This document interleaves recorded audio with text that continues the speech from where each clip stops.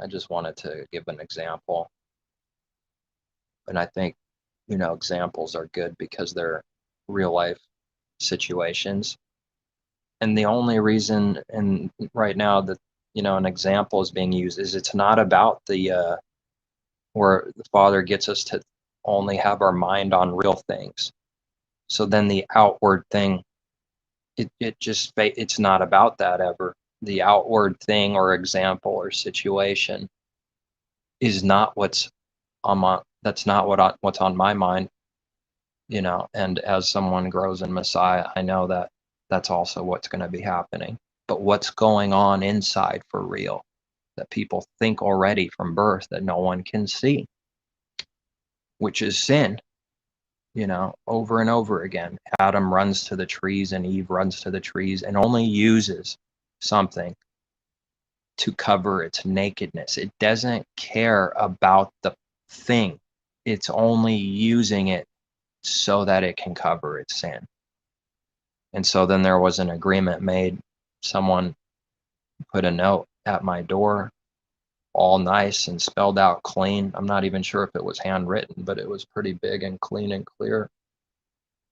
And it's these things that happen are great testings and examples to overcome something on, because I didn't expect it, but this happens all the time where something happens I did not expect. I thought maybe it would go down like this and it didn't, which is okay because now, actual forgiveness in the heart needs to happen. It needs to happen. And then it puts pressure on patience. It does so many things, the examples in life that happen that he gives.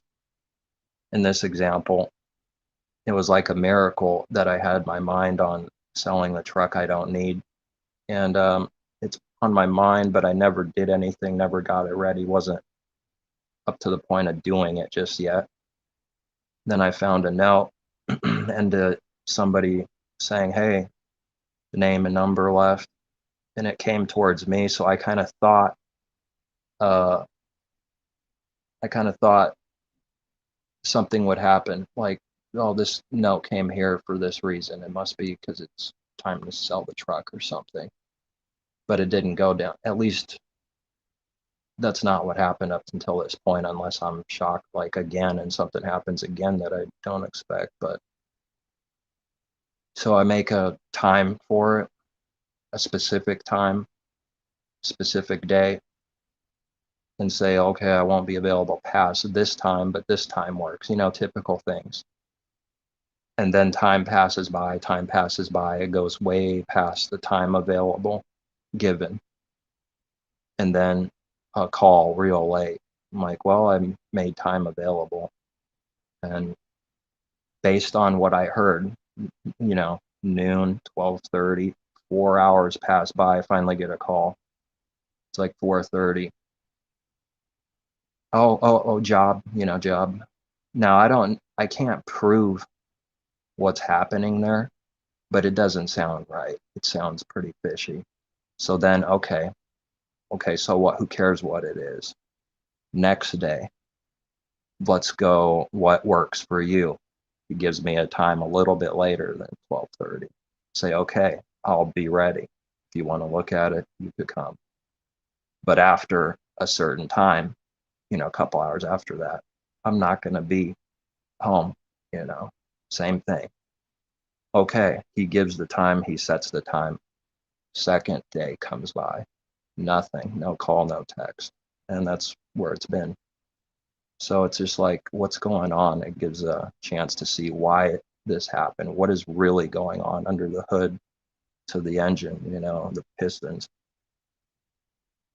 Because it looks shiny and nice on the outside, but something's not right inside. So it's 2 times, 2 days, 2 separate times. So I didn't expect that, but I'm not surprised anymore. He came, in this case, whoever it is, haven't seen him, to me with a note at my door. It's not even for sale. But if he was serious, I'd be ready. So someone in their mind didn't actually think this person or that person was serious, but Can I prove this in a court? Absolutely not. So in their mind, they're taken by surprise. And as soon as someone gets a little bit of a white lie or a lie, they have to go deeper into the pit and they can't come out of it. So the rest of the things they do from this point on is to try to dump whatever's inside them on you and run away. But in this example, constantly ready, constantly available, and not texting, not calling back, not even once, not happening.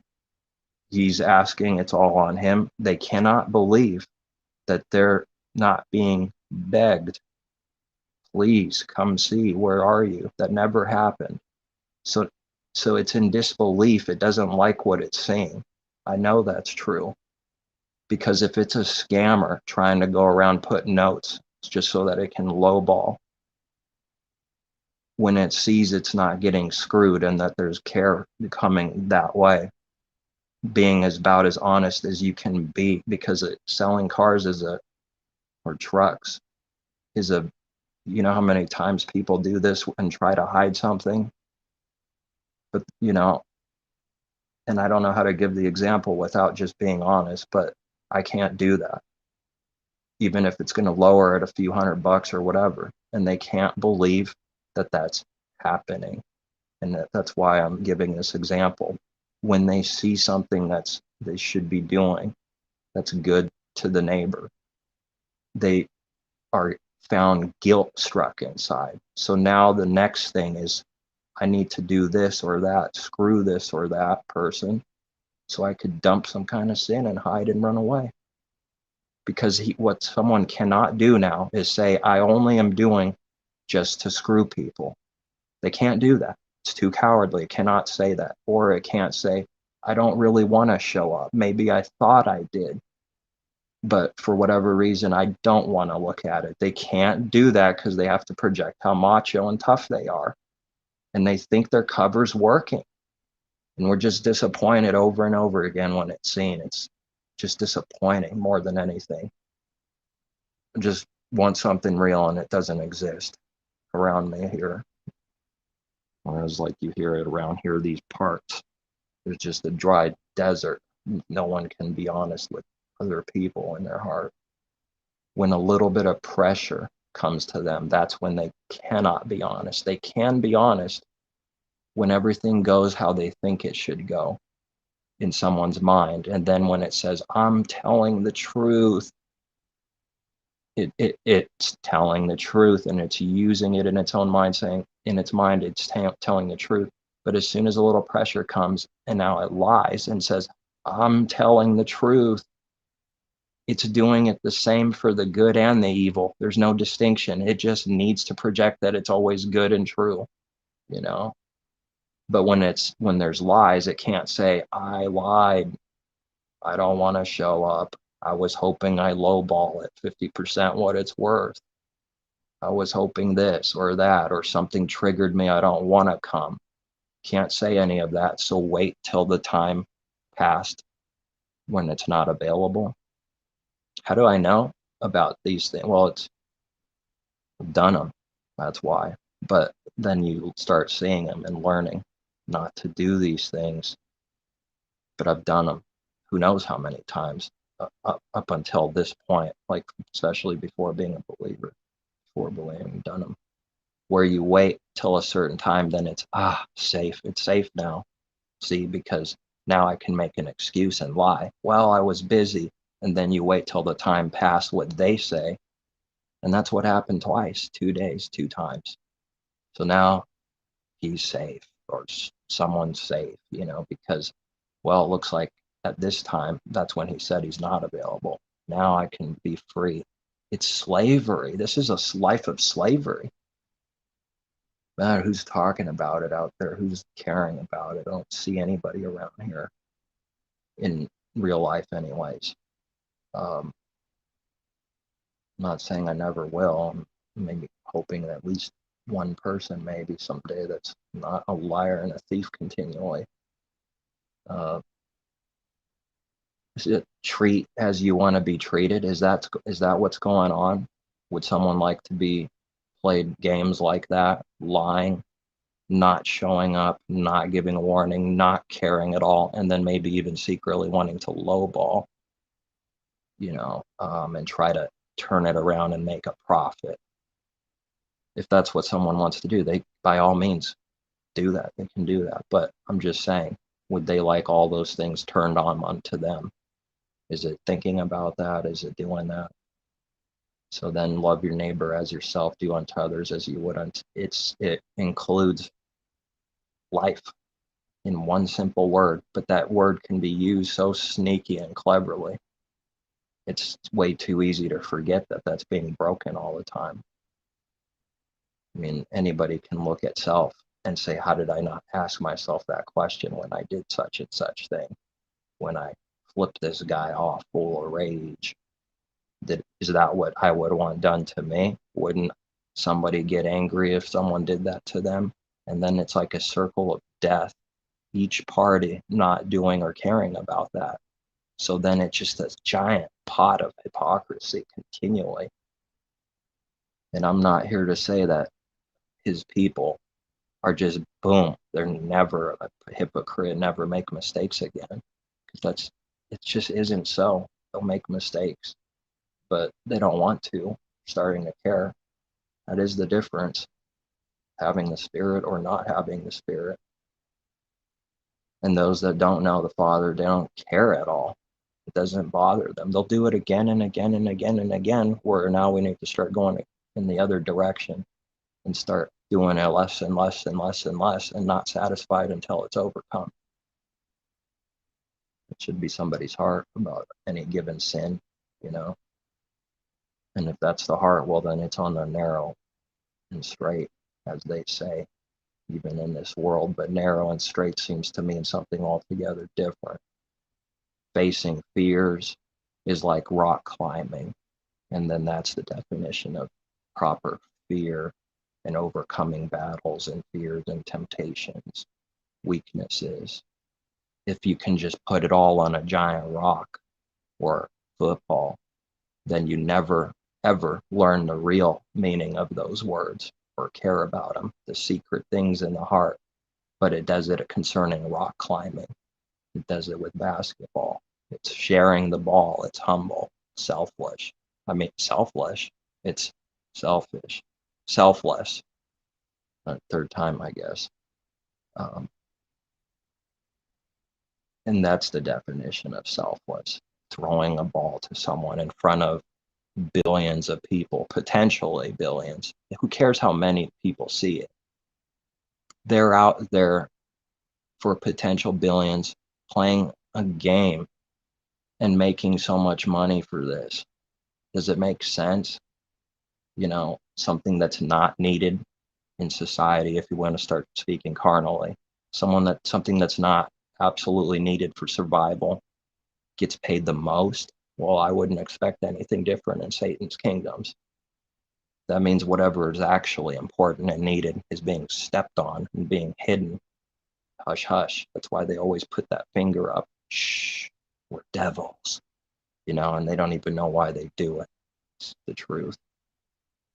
Not really, not the real reasons, but I see that symbol everywhere. People just randomly do that. They don't know what they're doing. But our Creator has given us His word. They wink the eye, they shake the fist of wickedness and pointing of the finger. So now we got to stop doing those things and shuffle their feet. Oh man, if someone can see why these words, what they mean, and then you see it happen, it's amazing. It's all that's ever happening. When somebody winks, it's full of pride. It doesn't care. How do I know? Well, when the Father teaches you something, the right thing, now you can look on the evil thing and say, I did it. I know something about it. What was going on in the mind when someone gave the little devil's wink? Nothing good. Nothing good. It's all self and selfish. That's the thoughts going on, and somebody winks. They're insecure, they're void and empty. But they make themselves look pretty darn good, like they care and that they're very cool hot shots, winking the eye, shuffling the feet, biting the lip with hiding hatred inside, deceiving his neighbor. Proverbs. Biting the lip, your own best friend, so-called, full of hatred inside, moving the lip because he's trying to look good in front of you, which is hate, which is murder and a deceiver. But who cares? Who cares? Cares about real things as long as someone looked good. So then amazingly doing the real thing is shouting out the alarm and saying something to someone that's maybe called a friend or a brother, is you're being dead honest and not hiding this back, which means you're not deceiving them. You're saying it straight. Why'd you do this? What is going on? What's happening? Instead of hiding in full wrath, that person will walk away, drive away, and now lets out his wrath when nobody's listening and seeing him, right? That the Father definitely doesn't see any of that. Give me a break. You know, he sees it, and it's being judged accordingly. Every thought, every intention, every word being remembered and judged. And even written in a book, it gives us what's good, that he, not even a little tiny detail is going to be forgotten. So then that means everything we do has value and purpose in a world where it's just no purpose, no value, just cavemen that evolved slightly. You know, that's what's going on in there. And I feel, you know, I start seeing things differently than before out of anger and I'm right, you're wrong. These people are crying out so many times when they say evolution is true, and they just put the statement with exclamation mark and they go away. They're like wanting to hear something true, but then when they hear it, it's like they attack. It's difficult to see, but you never know. Someone might believe because of it. And I can't believe how stupid evolution is. When someone sees whatever truth is, it's stupid. But I remember some time back going, it actually had some kind of weighing balance in my mind where, I don't know, some of this makes sense, I think. Millions and billions of years evolving from whatever they say, you know. And now it means nothing to me. It's just stupidity and man desperate to just do evil, knows not what he does. And then I can't believe how simple it is. And it sounds extraordinarily offensive, but they don't answer. All these people that do this, I ask questions and I never get a straight, direct answer. You know, it's always constantly proving they don't really believe what they say. They're not sure about what they're speaking of either themselves, not sure, not knowing. You know, don't you dare ask somebody, does evolution have inputs and outputs? And then give an example in real life where something is being done, you know, work that has to doing something. Does it have inputs and outputs? Is it even possible to do something without inputs and outputs? And they can't give examples. You know, if a computer is doing something, does it have input and outputs? And then if it does have inputs and outputs, what required, how much intelligence or knowledge was required for it to have inputs and outputs and do what it needs to do? And they don't want to, it's heresy. It's from the side of darkness. That I don't know of any example. If there is something working or doing something, it has some kind of inputs and outputs. But they don't want to say that about evolution. You know, they don't want to say that because if they say that, it's connected to knowledge and intelligence and all the things they don't like, you know. And then mankind obviously has inputs and outputs if you want to see it like that, but it's complex and it's just proving something, you know, it's proving that there's a creator and a designer. But I think most people in Messiah are far beyond that being a struggle for them. But if they're not, well, I could say it gets better, or it's not even on your mind, not concerned or worried about it. Just, oh, evolution, stupid. And then it goes away from your mind, you know. And we didn't run. You say, oh, you're running because they're running. You know, not that we've never made mistakes or never done this, but learning what's right. You know, I don't want to, you know, sound like it like but I don't run. That's what I'm focused on. Trying not to do that the best I can to what I'm. And when I say trying, it means relying on the Creator, hearing from Him, but it's going to sound a little like trying, that's like selfish or something, or self-righteous, our own works. But they're not focusing on that. It's like that's happening all the time where people speak and nobody's listening for real. Has that ever happened to anybody out there where you get a sense that nobody cares or is listening while you're speaking? But then when somebody else that's happening to them, they kind of get angry, but then they do it to someone else. Are they overcoming that one specific thing? Listening when someone speaks to them face to face or whatever, listen, hear them out. Doesn't matter what it is. Even if they're talking about what you think is worthless to you, you still listen. And if you understand spiritual things that are understanding coming to, then you can answer them with wisdom. Even if they're talking about something dumb, you can show that you care, because you'll understand these lower things. If you have heavenly understanding, it would be simple and easy to answer back. And this wisdom's not in this world. It's void of wisdom. But it looks like wisdom. It's the wisdom of this world, but it's not the Father's wisdom. Secrets and parables and enigmas to be solved that he gives to solve the mysteries of the kingdom of heaven. There's answers for it. And people aren't searching or not asking. And I find it amazing. It's the stubbornness of man's heart, where they had a serious trial. Maybe they were out at the sea for 76 days and just sort of one time casually say, kind of like a joke, like kind of like touching God, and then back to, now I'm not denying that there's been crazy experiences and things, but like I'm still seeing the stubbornness, selfish, everything its own way in itself. Even that experience doesn't bring someone down exactly what it needs to so often. I'm not saying it didn't carnally sort of do that, but then how often it happens if someone is kind of going in that direction, how quick they bounce back to pride. It was like 9/11. It's like there was a sort of short little window that was a little bit better, going in the right direction, so it seemed, and then boom, nobody really remembers according to that spiritual thing and direction. It's just gone, isn't it?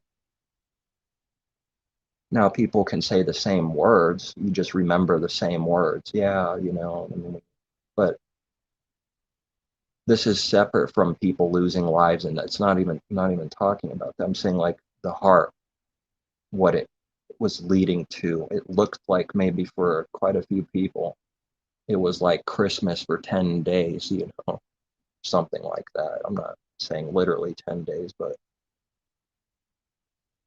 just so fake, it's so cold. And that's what keeps coming back to me, man, this world's cold. But then that's what I read, and especially in the latter days, love growing cold. I mean, it's cold. So then when you show care, you get cold back. And then you have to love the enemy, forgive them, and not attack them. My goodness. But it gets better, it gets easier. And you actually want to do it, because you see, when you get the benefit, blessings from doing it, then there's incentive. There's nothing wrong with that.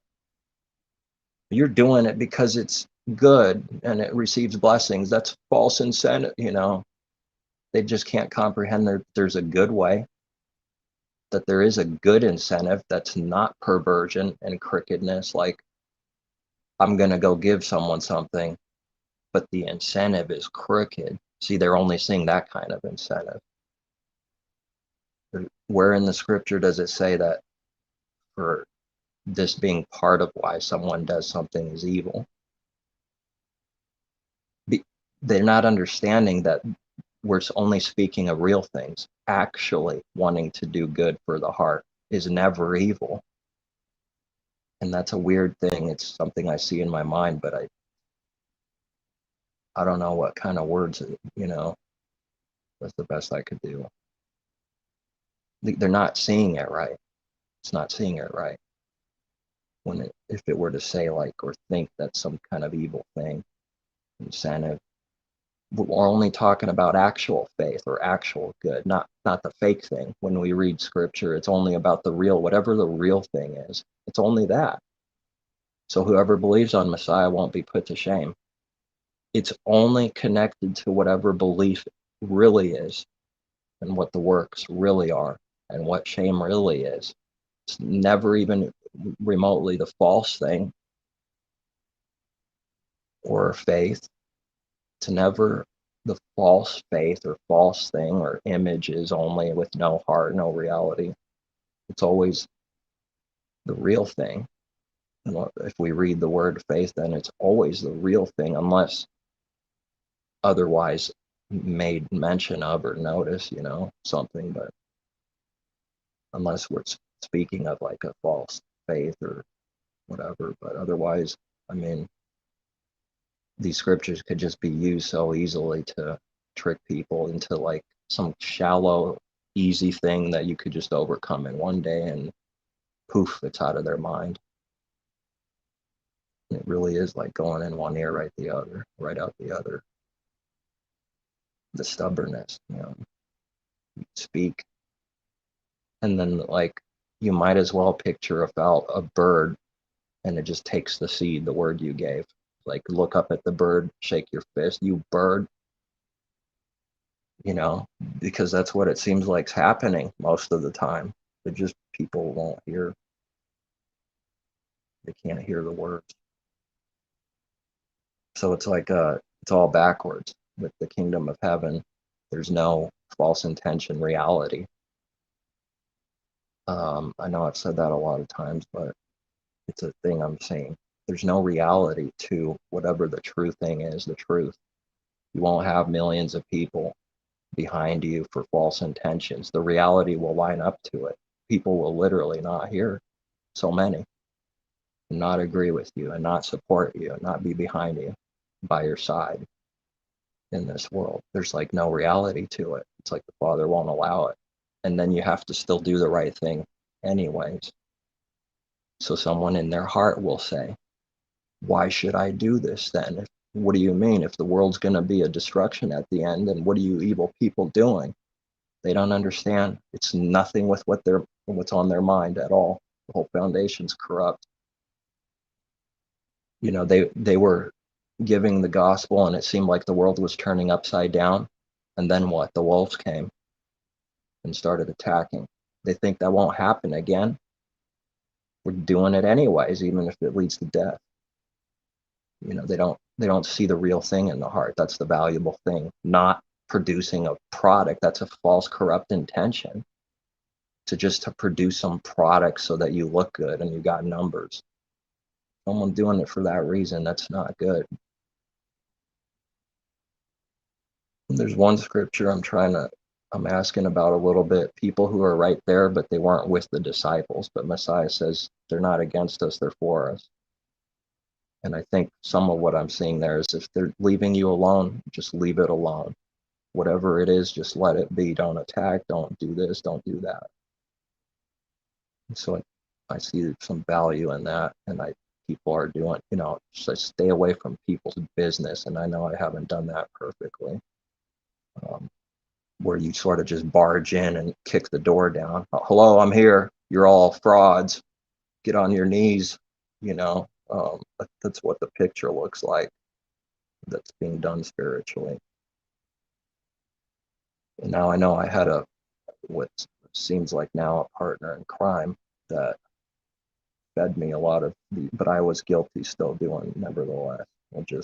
The only thing we're going to do is pull out literal names and get personal and just expose the literal people. That's not right.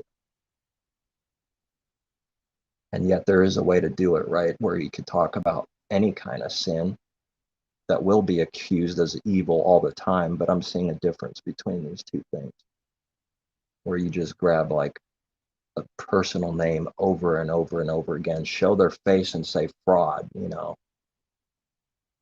could talk about the sin without doing that, without bringing someone's name and face into it. I think this can be done. But we even read Alexander the coppersmith did me much evil, but I'm still seeing that there's a wrong thing that's being done a lot by people, where they enjoy doing this because it's trying to literally personally attack their name, and that's not good. Um, what the Father will judge that name, whoever it is, just fine. We're not supposed to do that. But yeah, we could talk about sin all day long. There's no sin in talking about real sin and what people, the carnal man, does, but like not bringing it in with the intention of destroying someone, like wanting to see their shame and nakedness, pull the cloak off of them and laugh, and then the guy flees. That's maybe why we read that. A little reminder out of nowhere, it seems to be read. We're reading, and then this story, and then back to whatever was going on. That's what people do all the time. They show you in the movies all the time. Get back in line and get a ticket. There's 100 people waiting, but the person wants to be first, so then they're going to be last. But then all the people in line are like, ha ha ha ha, yeah, get in line. Get back there like I thought you should be. You can't cut me. See, that it doesn't care about a proper order in line. It only cares that it's being cut, and nobody can do that to me. They can't see that that's what's going on. It's using the structure or this or that as a cover so that it can attack. And no, but I'm God. No one messes with me. If I got in line, you have to be in line. It's always, everything is selfish, connected to self. If someone goes out and does something, we should just, that starts going away. It starts being disconnected to self. And people insert themselves to everything. This is, just because I said this, it doesn't mean like I'm never, but I'm doing the best I can to see it, whatever it is, or ask about it. But I'm not saying that because I've been perfected literally with how could I even know it? If there's always learning and growing, that means there's things I don't see and know. I'm only speaking about what I see and know. And I know that this thing is happening a lot, where people attach themselves, or you personally, so they can throw it down. They get your name attached to something, then they throw the thing down. Well, so does you go right with it. That's not loving neighbor itself. Would they like that being done to them? Or would they like it being done the right way? Talk about what happened and real sin and what the right thing is without doing that evil thing. What to overcome seems limitless. But see, if someone's a believer for only a few months, they're closer to a carnal person than someone that's 7 years. It's just true, and that needs to be seen.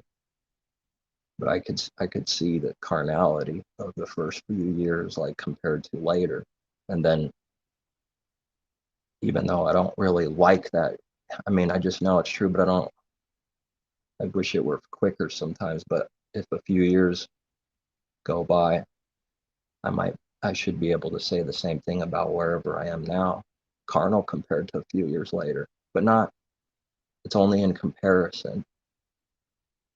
Not that Messiah's people are called carnal, devils, snakes, and hypocrites, It's just that old man's dying more, becoming less selfless for real, less selfish. It's blasphemy, less selfless. It's becoming more selfless and less selfish. And when the world sees these works in the heart, they will see something about it. Now, it doesn't mean they understand it the way that believers are understand, but they see something. They see the works. It's like someone hitting a nail with a hammer.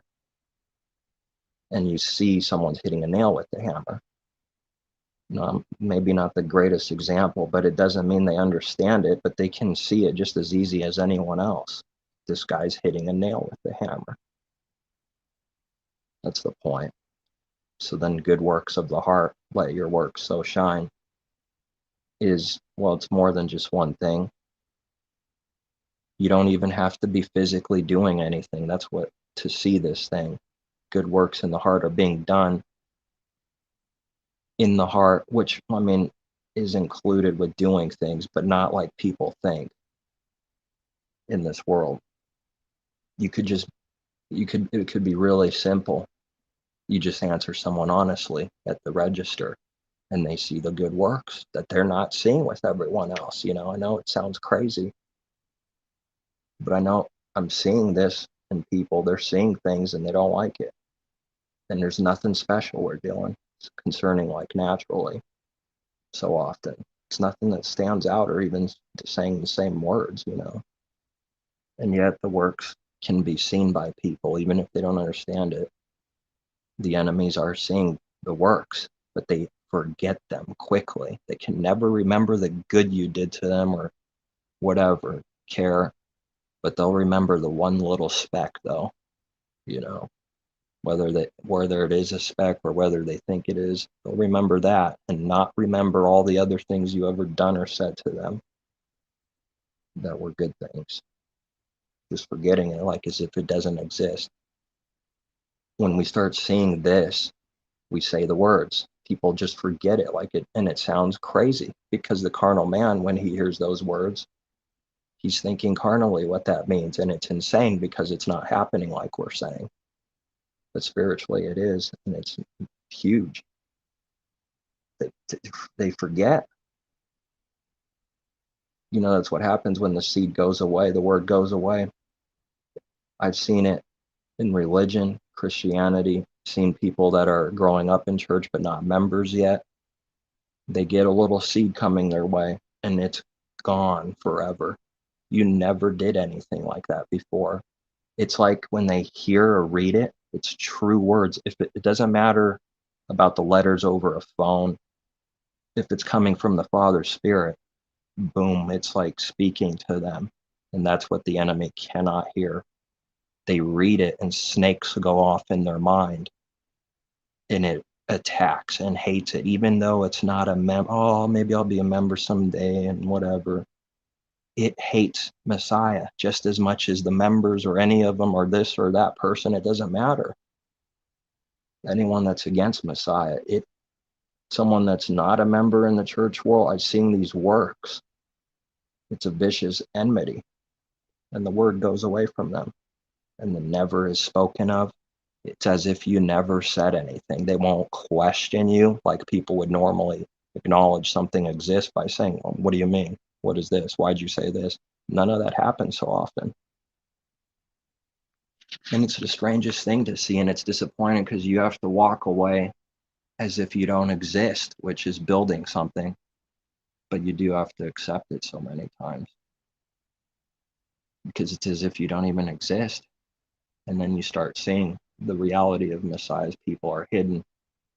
The world cannot see them or know them, but they can't see the Father in the Messiah and hear him, but so they can't start hearing his people either. What if that were true? Have they ever considered that? Well, they'll see it as prideful only. What are you, God? You know, it's nonsense. The very thing we're worried about is being God. It's amazing. All the works and teachings are going in the direction of proving we need to not be gods in our own mind. And then they'll just casually accuse that. When all the spiritual works and truth is proving against it, it doesn't matter. They don't see any of it, so they can claim whatever. Anybody could claim whatever because they don't see the proof and works. So why do anything? You know, that's the question that will come in someone's mind. Why do anything at all then? It's like it's worthless. It's not worthless. It's man that's backwards, not the Father backwards. That question is revealing something, but it's man that's backwards. It's not worthless. What man thinks is good is no good. What he esteems is like an abomination to the Creator. The backwards thing is right. Whatever the reverse thing of what man does is right and important and good. But he rewards you for doing things in the dark like this, meaning it's not going around, you know, doing like what carnal man does. You walk away and it's like you don't exist. that's when he rewards you openly, and nobody will believe it. It will just be for you. You walk away, and he rewards you.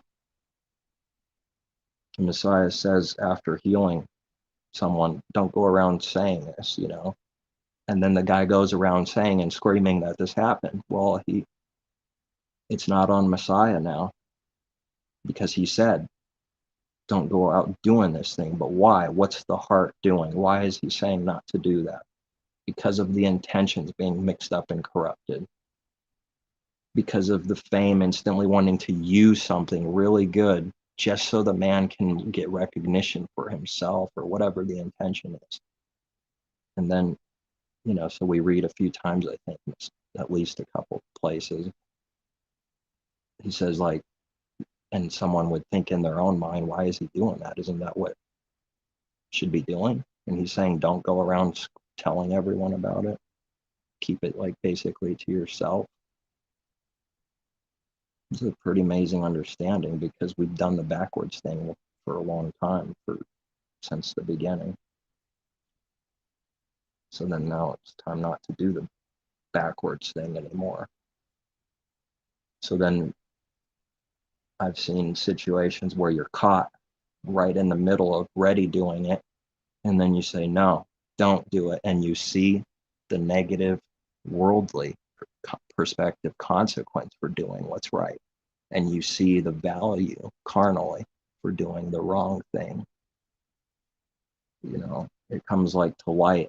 That's why people do this. And someone's going, look at that guy, he's insane, or woman. And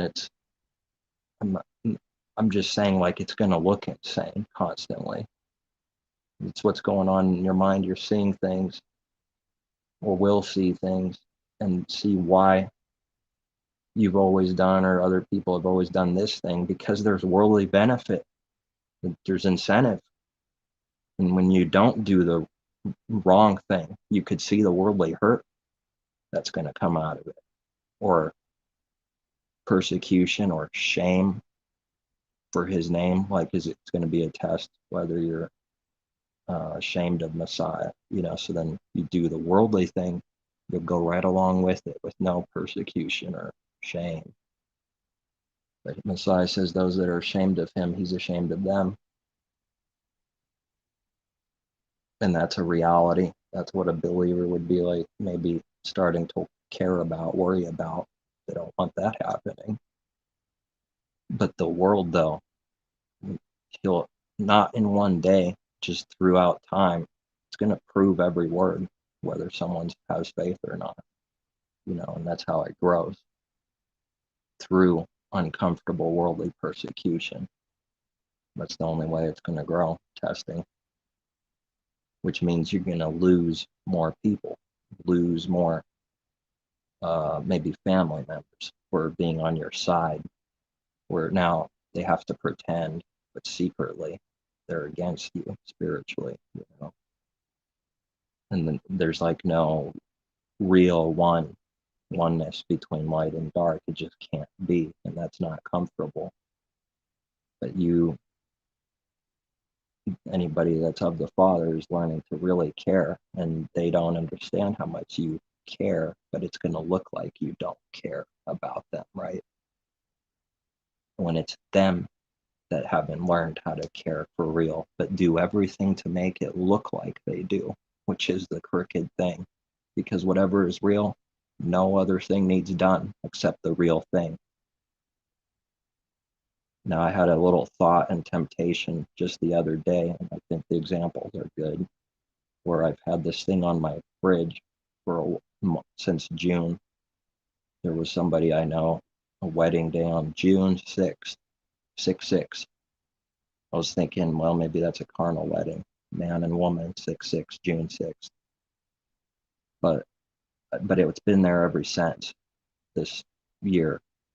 And I looked at it and I realized it was there, like, just, oh, that's been there for months.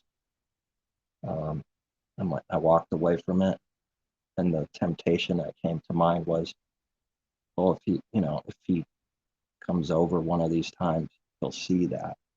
See how much I care about him. Oh, that's evil. No, and I threw it in the garbage. See, that's not comfortable. Who knows how many times we've been doing things like that. So then it looks like you throw them in the garbage and you actually did the opposite thing. They won't see it. They won't see it. Because if that thing stays up there for that reason, that's corrupt. That's only staying up there so that you can show how much you show that you care. That's fake. That's not real. Just be real. You don't have to try to be real when the Father gives you a heart. You just are whatever you are at the moment. And when they see real, they cast you out as a wicked doer. And then they don't see all the signs and things. They're all changing where you try to show how much you care. That starts disappearing. So, I mean, it looks like you're murdering them from their perspective. Crazy. Amazing. Like the only way to do the Father's will is to be uncomfortable and look like you're doing evil all day long. Who's ready for this? Who's going to keep going anyways? So then the church world has found a way to be comfortable, which means that there's a lot of sin going on, thinking they can make the wide and narrow go right along with each other as if they're one thing. It can't be done. It's either one or the other. There's no mixing. Lukewarm. What does Messiah knows of the lukewarm? What is this thing? It's vomit. So either in reality, there's only one thing or the other. The two mixing of things is vomit. It's ugly.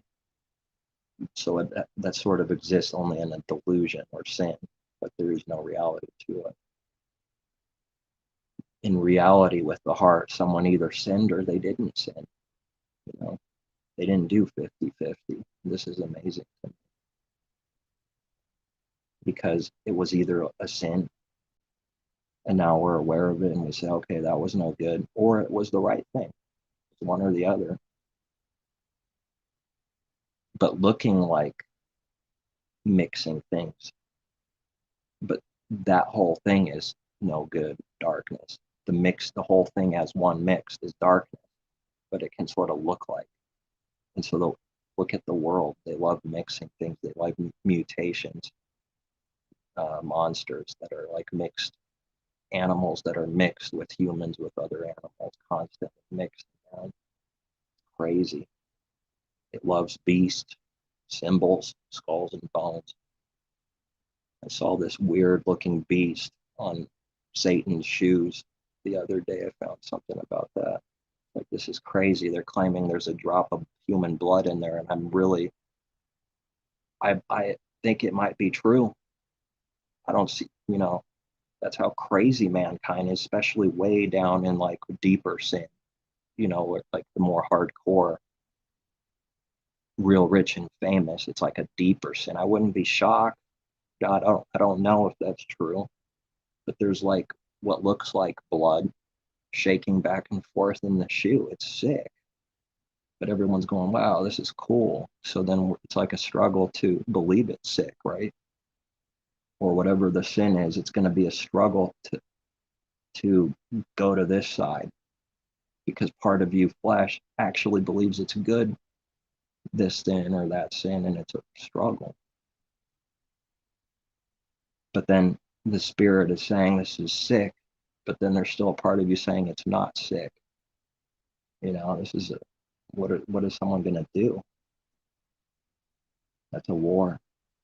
That's why the apostle says this, because it's going on inside. And he's bringing it out, saying what it's making it sound like he's like, what, some full-blown sinner? He's not trying to hide it. That's what the carnal man is a sinner of himself. Can do nothing. But now the spirit is warring against the members and deeds of the flesh. And so he's bringing that out, saying it's a war. Who's going to save me from this? So is someone going to have that struggle and revelation inside themselves and Messiah? Yes, they will.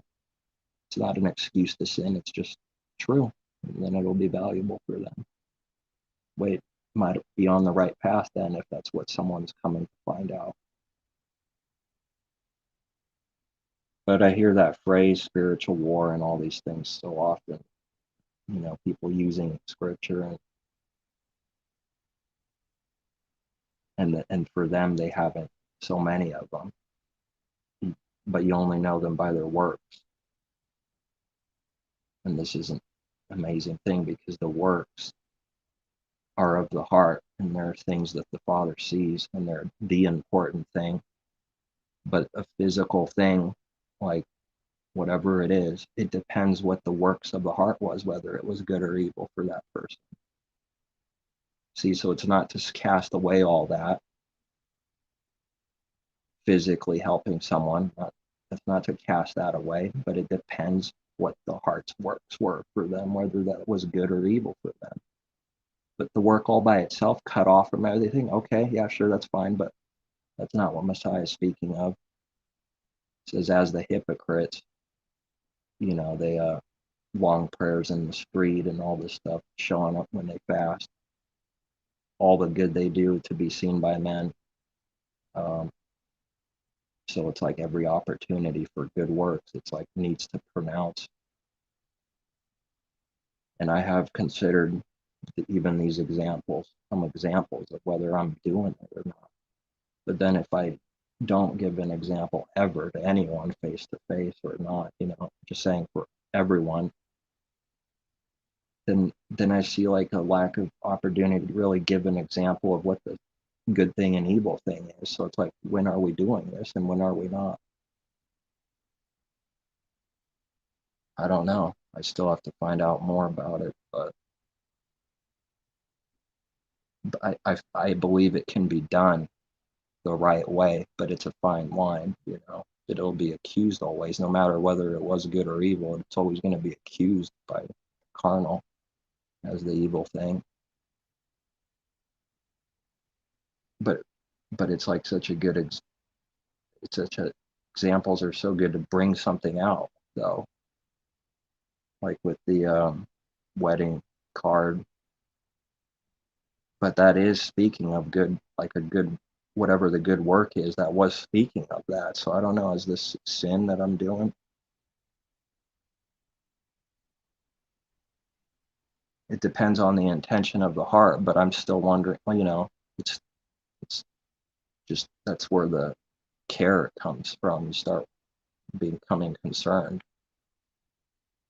sounding the alarm and trumpet. But I can say right now, I believe in my heart that it was just to use it as an example because of opportunity, but and not for the intention of showing off some good work or a good thing. But I'm just acknowledging that I don't see as what I need to see still. Like it needs to grow better, and then I'll be more confident about it.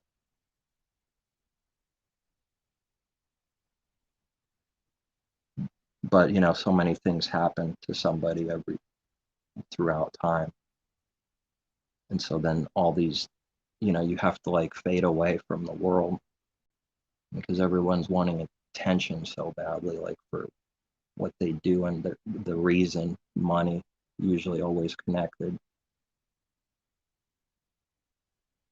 And then it's worldly like love.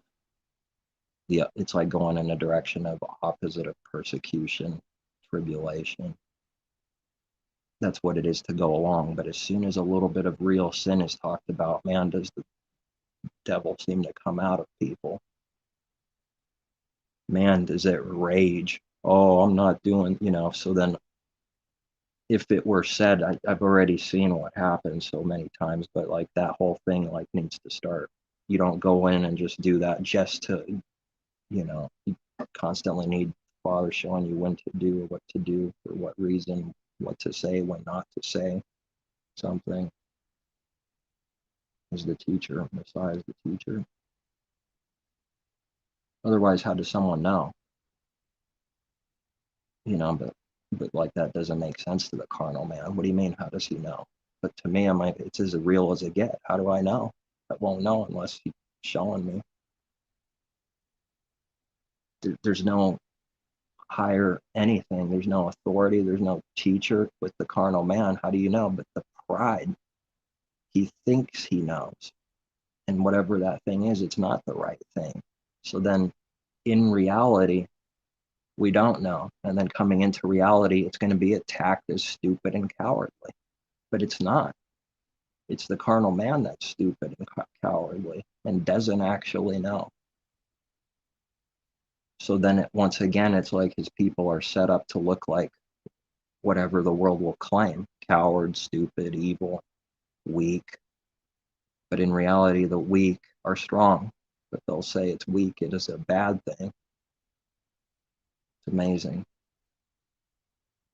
In reality, in real situations, his people are able to start walking away from something where someone cannot do because they're weak, or they need to say the last word every single time, and you start not doing that because that's weakness to do that. Weakness to go into the crowd and fight because the other people are fighting.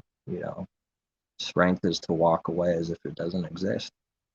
Oh, you don't care then? You don't save someone? That's not why someone's doing that. It's any excuse, an example, an intention to fight or make fun of someone.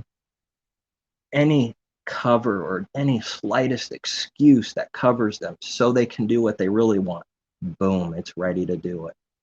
We walk away from that. So it's going to make the cover what it uses as an excuse to go and fight. It's going to bring out the cover and say, you're not doing the cover.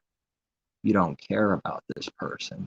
No, you don't, because you're running towards evil, like we read, and Messiah is running away from evil. And we read in Proverbs to not get in someone else's quarrel and running towards evil. You walk away from it because of faith and confidence that, first of all, that's the right thing. Second of all, whatever the Father's judging outside, he's going to judge. You didn't do any evil from running away from evil, but it's going to look like it in this world, isn't it? If the world's doing the backwards thing already, you doing the backwards thing from it is going to look like evil, and they'll say, oh, you don't care, and you have to deal with it. You have to walk away knowing that person has accused you falsely and let your name be trashed by them without having the last word and fighting and lifting up a sword and stabbing them. That's pretty difficult. It takes a lot of strength. It's saying that so that you fight. Come fight me, you coward, skank, weak, loser. Doing all that because it's weak. It's pouring out its folly. It's only doing that because it's in wrath. It's being punished. It's in some kind of sin because it's in wrath in that moment, and it's being blinded. Someone's being blinded in that moment. They'll pour out what they really are. The thing they hate most is whatever the right thing is. Whatever the spiritually right good thing is what the man will hate most. So consistent.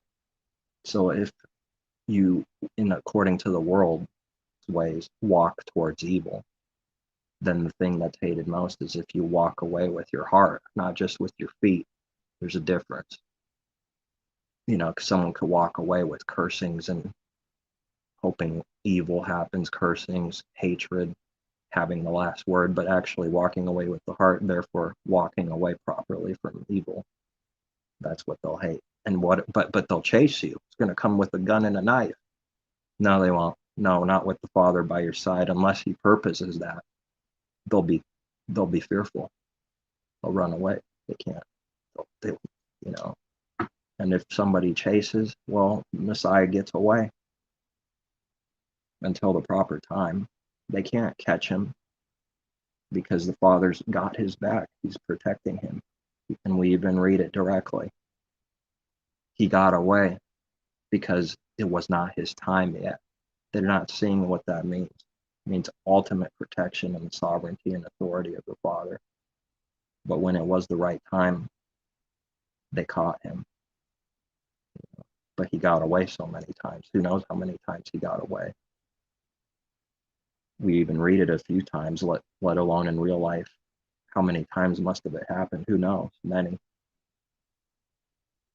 The beast of Ephesus chased Paul. They chased him, the disciples, everyone's chased eventually. And evil is chasing them like the Grim Reaper in cartoons, but it's just one just childish big joke. Someone can say like, oh, this is worldly wisdom, Grim Reaper kind of shedding some tears. And then that same person 10 minutes later is chasing someone, just chasing Messiah's people, trying to catch them and kill them, destroy them, hurt them. It's amazing. Those tears were what? Meant nothing. Meant nothing. It's like used for trickery and deception so often. Notice I've noticed that the devil pours out his folly. And when sports started getting real big, coliseums real fancy, they even see in documentaries, this is a gimmick. Then they added the gimmick of women dancing. Then they added the gimmick of this. But someone that's watching it doesn't really see or care about that. But for anyone that's seeing truth, that's seeing the Father's truth, I mean, it's like it's pouring out the truth right there. It's a gimmick so that it gets more fans, more money. And then everything's like the fake. Then it's got the voice going, whatever name someone is, like all like fake, usually louder, deeper, making it exciting and stuff. It's not about any of those things. It's why those things are being done that's concerning. Someone could do some kind of voiceover and not do any sin. There's a way to do that, but not in this world, not in that situation with millions of people, money involved. Everybody's eyes on them, and just to bring in more people. It's like the devil's system and world is just working together for itself. And we're either in it or we're not. I mean, we're either of it or we're not. In it, in the world and not of it, or in the world and of it. No one will be 50-50 right down the middle. They're being separated. It's going to be one or the other in the end of someone's life, And so then you can say his people are not of the world, but they still need to like be continually more not of the world. If that makes it won't make sense to people attacking truth. It's like in it, but not of it, but growing now. It's a believer, but it's still growing because it's either alive in Messiah or it's not.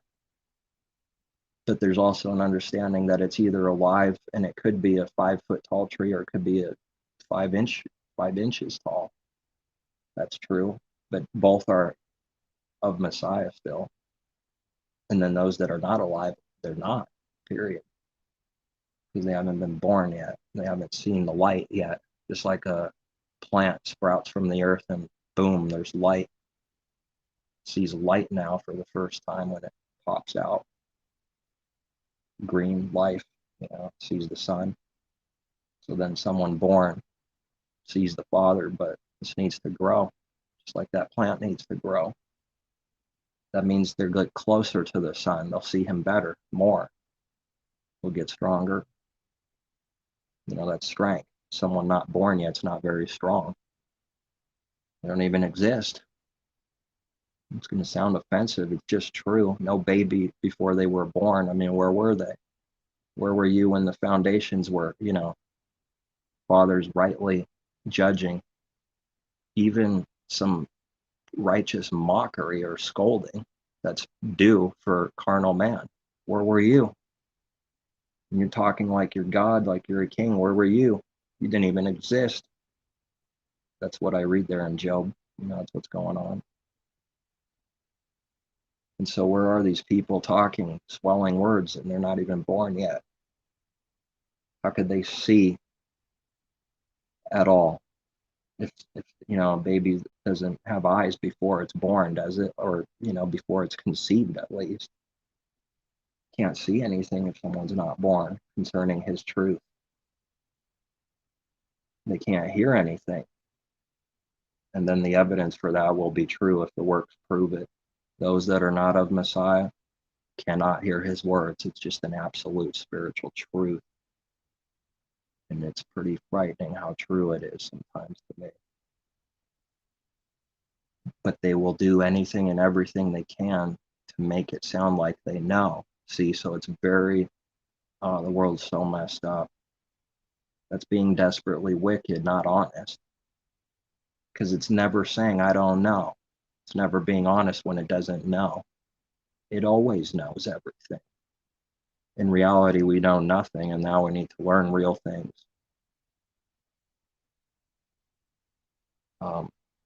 So with this example with my truck, well, the only thing that's like really interesting and I care about is not a piece of tin and what happened on the outside, bro, but inside, for seeing something about worldly and seeing something about self that needs to do what's right.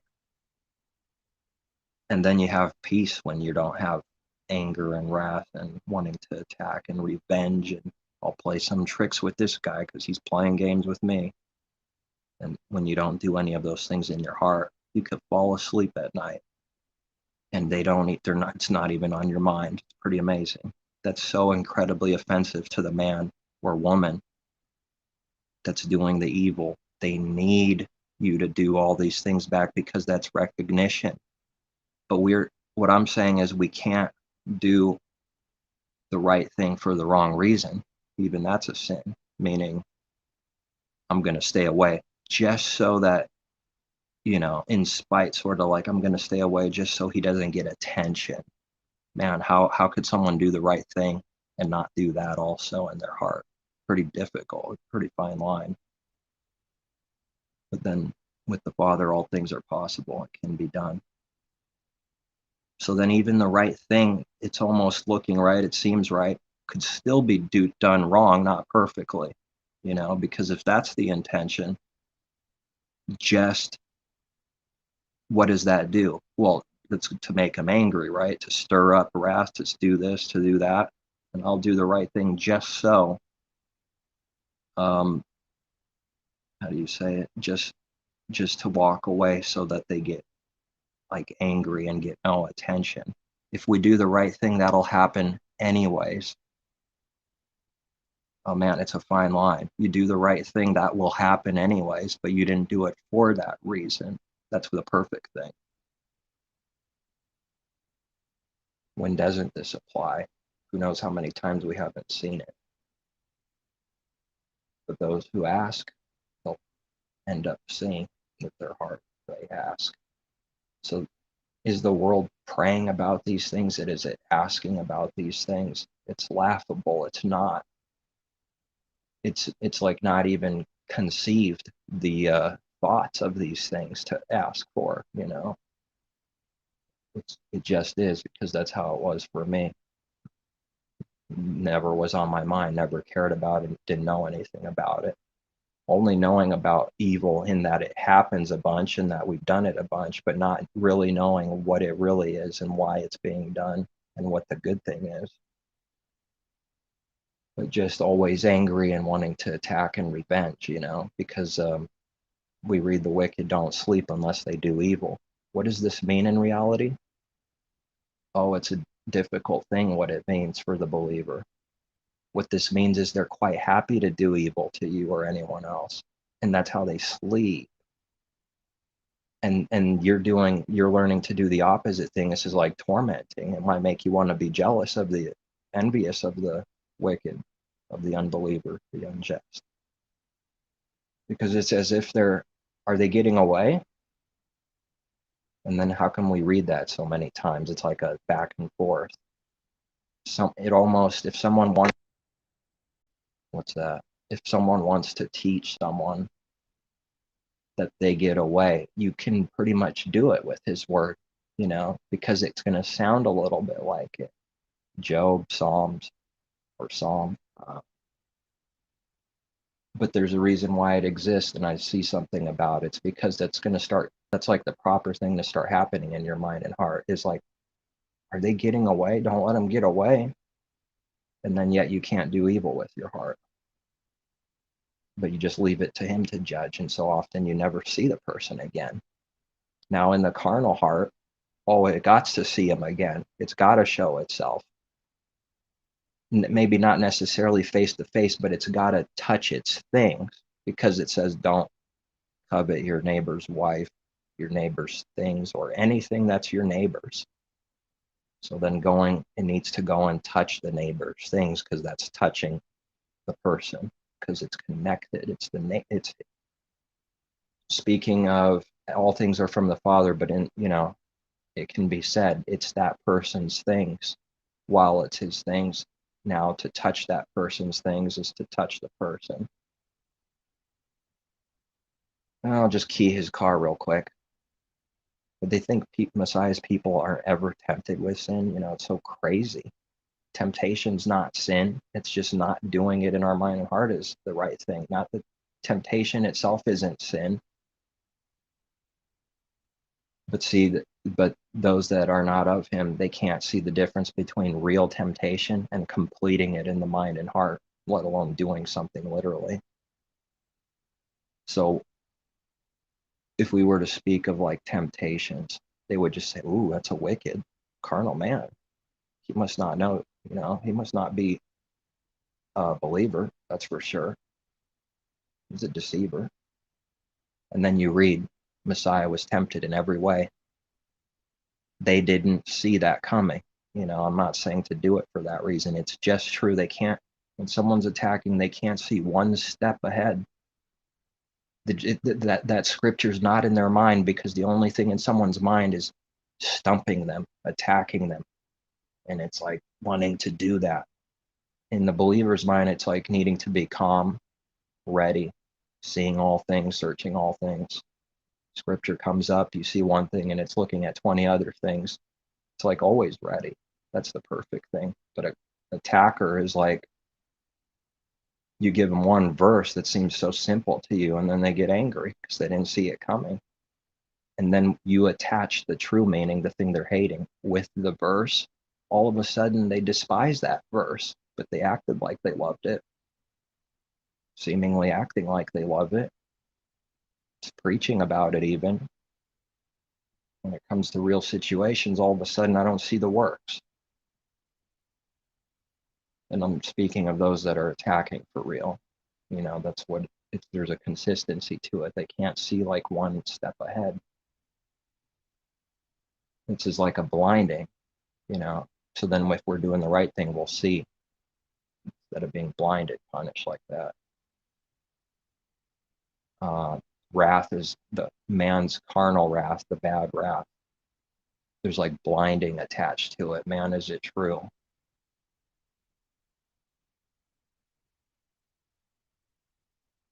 I'll admit something here. I'm not afraid to do it. I got a little angry, lost a little patience. So I was in my truck actually, and I just decided to drive it around a little, to go to the store with it. And I just, I wasn't like, it wasn't like horrible, but just enough to like, and that stick shift you have to put all the way to the left and then push up for reverse. Well, I didn't realize how strong I was because of a little bit of anger. And instead of putting it in first, I put it in reverse and then started going backwards, and there's a car behind me. Then I'm like getting angry that I did that. I can't believe I did that. So I thought I stuck it out back in first, and I stuck it in reverse again. Reverse. I'm like, oh crap, now I look stupid. And I'm crouching a little bit. And I'm like seeing, wow, I can't believe I'm doing this. Okay, I did some stupid thing here. Just admit it, But someone might think that's crazy. Oh, you just shifted with a stick shift. My goodness, that's not what we're talking about. This applies to anything and everything constantly. Just because someone's of the Father doesn't mean he's not going to prove his word is true, that he's not a righteous judge. Look at that. That's like putting someone in their place. You're starting to duck. How come you're doing that? I'm like hearing this in my mind. It's like a war. I'm like, yes, I am doing that. Why am I ducking a little bit? So then you just cough it up. Okay, did something stupid again. Did it evil. Lost just a little bit of patience, and here's the result of that. Do you like it? No, I don't like it. Then don't do that thing then. Here's what happens when you do it. But you don't really believe that the perfect way, right? So it happens, something else happens later or days later. And then that's how like you get perfected until you finally agree and are thrown down to the floor, humble enough for real, because he's going to make it real.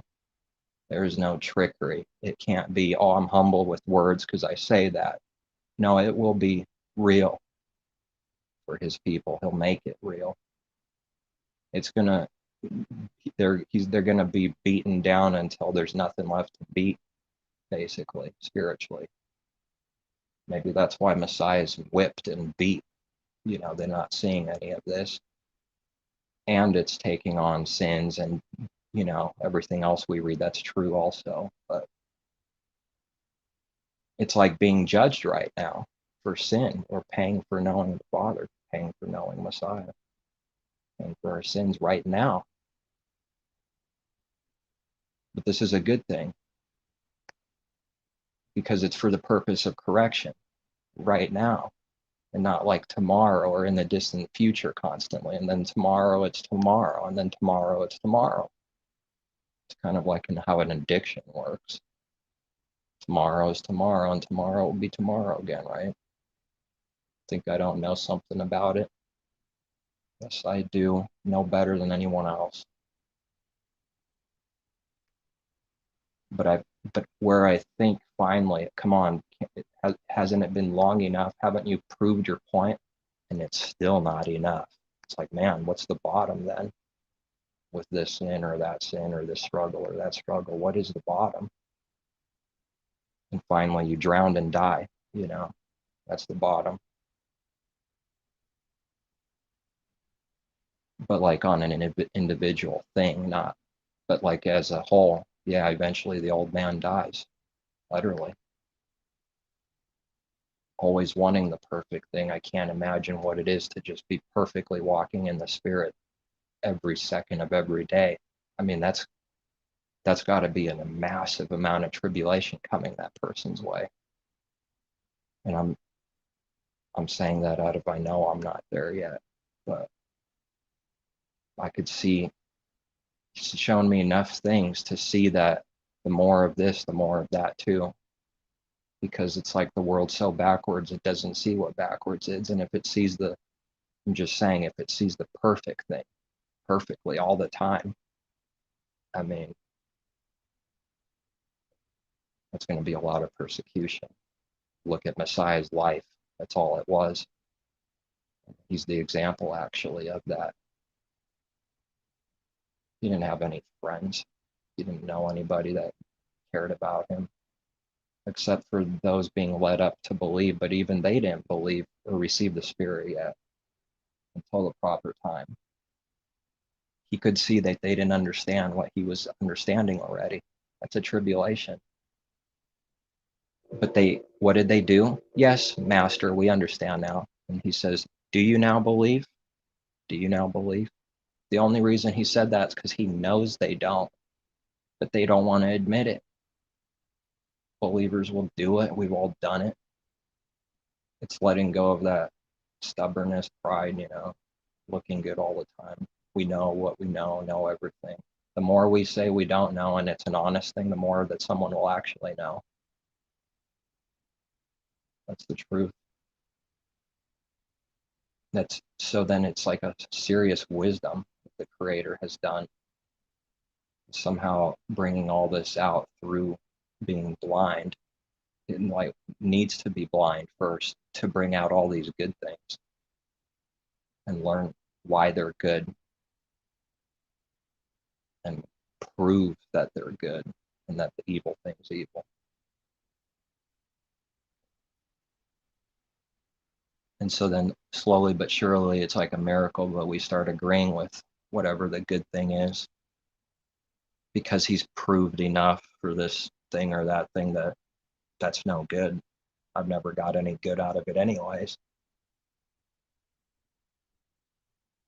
But thought it was good, carnally good, worldly good, but its end is destruction, and it's hard to acknowledge that with certain things when it's being a tribulation, a war with that or this thing. It could be, depends what it is, depends where someone's at,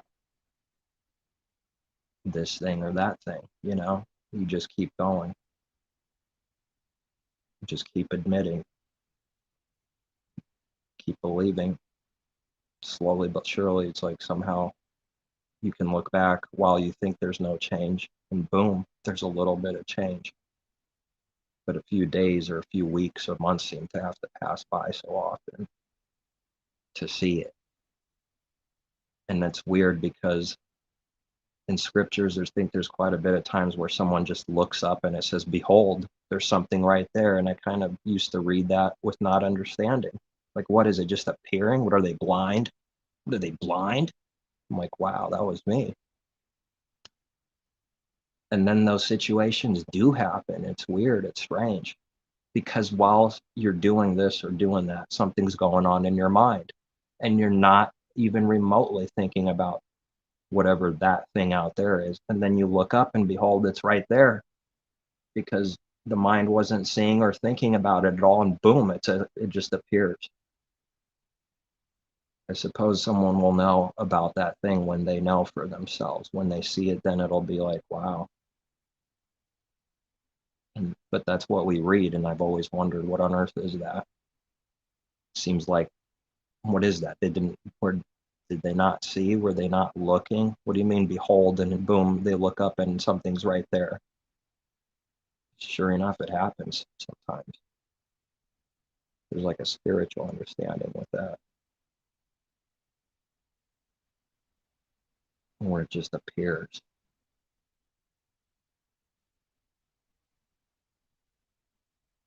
I don't know if there's anything that they don't show in movies that have truth, because it involves mankind and what he does. And if we're learning truth, you extract it right from the darkness. So then I'm sure there's examples of this where someone looks up and you could see that they didn't see until they looked up, and all of a sudden something's there. And that to me is like showing the Father's word is truth continually. That's all I ever see anymore. But like with whatever he's shown me, not just looking up and something being there, but like anything and everything. You see the darkness, but you don't see it like carnal man sees it. You just see the good thing and pull out the good things that you see, and then just dump the rest. And when you start seeing things like that, it's going to sound like, as I've seen in situations, that you're favoring darkness, and it's not. But someone that's not understanding this one specific thing, it's going to sound like that. So then you have to watch out for offending people, and who knows, and because I read not to do that, I know I've done it. As much as I hate, it's probably happened more than I even think in the past. But you start watching out for it and asking about it, then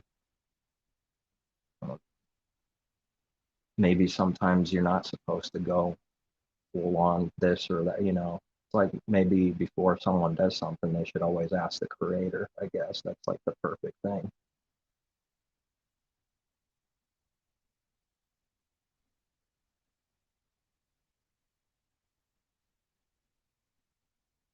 It's strange sometimes that it's truth, because he's doing everything, and yet if we do something wrong, it's going to be accountable and we'll pay for it, and there will be a negative consequence for it anyways, even though he's doing all things. Just because that's true, someone can start having a false, prideful belief about this, that because they believe in some sovereignty and say that they could do anything they want now, and it's as backwards as it can. That it's as backwards as it can get. Hopefully someone else can see that's existing in this world. Watch out for it. but it's covering, it's masquerading, it's going to look like the right thing though, sovereignty, sovereignty, but then it's using it sly, sneaky, and it's hurting people with this when it could be anything that's used something like that. It's like man already knows how to look good while doing something evil in his heart. He just already knows. It's a little scary. And that's what I read in Genesis. It's a nasty thing, man, to start seeing whatever the Father's giving someone because you're going to start seeing it everywhere. And that is the real thing. That's the real evil. And that's what the Father's speaking of. And no one will agree in the carnal world at all. In fact, you're the evil one for caring about those things. Their cover is so good. How dare you say anything about what's really going on? Haven't we seen that a lot? Where someone gets angry and says, "How dare you do this or talk like that to me?" It's always been a trick. It's been a clever disguise. The vast majority of the times I feel like I could safely say that's what that is. Do we see Messiah doing that? And it's always a good question to bring back to what did he do? Did he say, "How dare you speak to me like that"? I don't see it in my mind anywhere, especially what this thing really is in the heart, because that thing is out of pride, and Messiah did no such sin in the heart. So often just a quiet lamb waiting to get slaughtered, because someone does that out of being a powerful person, a king, lower, higher, or a king in their mind, and they're not up in this world really, but still it's the same sin. How dare you? Do you know who I am? What is that? Isn't that pride? You resist the proud. So now if someone doesn't care about that one thing forever and it's revealed as pride, he resists the proud. Don't they see the effect of this, that they're going to be blind continually just for that one massive sin? And then there's the problem of people attacking and saying, "What are you, perfect?" Then that thing exists. But his people should be seeing that we badly need his favor because we need it, not for excuse to sin, because we just literally need it. And then that's how to see it right. But like the world will attack it as not seeing it, as not needing it, because the prideful man doesn't need anything. But he really does. But in his mind, he's too, "I don't need anything. I don't need help. I'm not good. I'm this, I'm that, I'm strong." Oh man, it's so being perfect. The lawless heart is so perfectly cold in this world, and with YouTube and Facebook and suicides because of these things, it's crazy. So often someone says they're strong, the strongest words they've ever said, and shortly after they die. And I'm saying this is horrible, but it's happening. What happened there? That's what we should care about. What on earth is going on? So if no one cares about real things, then it's not actual care and love, because whatever they do and say is not helping that person, that's for sure. It's only adding towards the destruction, and they don't know what they're doing. So then maybe someone becomes more alive when the more they say, "I'm evil, I'm no good, I'm destroyed, of myself can do nothing," instead of going out to the world saying, "I'm strong and you could do anything you put your mind to, we're tough." And then next week they overdose. They don't even want to say how often that happens, I think. But they can't hide that it's happening. For anybody that's seeing, we'll see it happening a lot. And I'm not pointing, it's going to sound like we don't care at all times, isn't it? Amazing. We do care because of speaking about things from above, from the Father, that are the real good things. But the carnal world, fame, lust, losing money, losing fame, it's like their whole life, soul is attached to that. And if that goes away, they might as well die. And that's why it happens so often. Sometimes I've had the questions, temptations of envy. How come you let the wicked people doing lots of damage, all kinds of evil, and they're 90 years old, seemingly strong? Had that in my mind. I've actually gotten some answers, um, and it wouldn't be what a carnal man thinks, and it's in his word. Their man hasn't considered that so often maybe someone like doing evil and living long. What is the scripture? I don't have it memorized right this minute. The teachings in there. It's actually for cursing. Um, it's no good. That's why definitely Father's not confused. Don't envy what's no good. They're not doing good. This is not a good thing, what's going on. But it might appear like it, see, because of the fame, because of this, because of that. It's going to be tempting, appear. But there was something specific, though, answer to this in Scripture. I know it's extraordinarily offensive, that much I remember, but it's actually for something offensive, not anything good, that they so often some live long to do evil like that. While the Father is using all people to accomplish a purpose, but even the vessels of dishonor give him fame and glory in a certain way. Not directly from self yet, but it's through them that it can be like through Pharaoh. He can show his power, his truth, that he's true, his glory, his fame, esteem, specifically to his people seeing, but then eventually to all people. But it's already true. They're actually doing something they don't realize.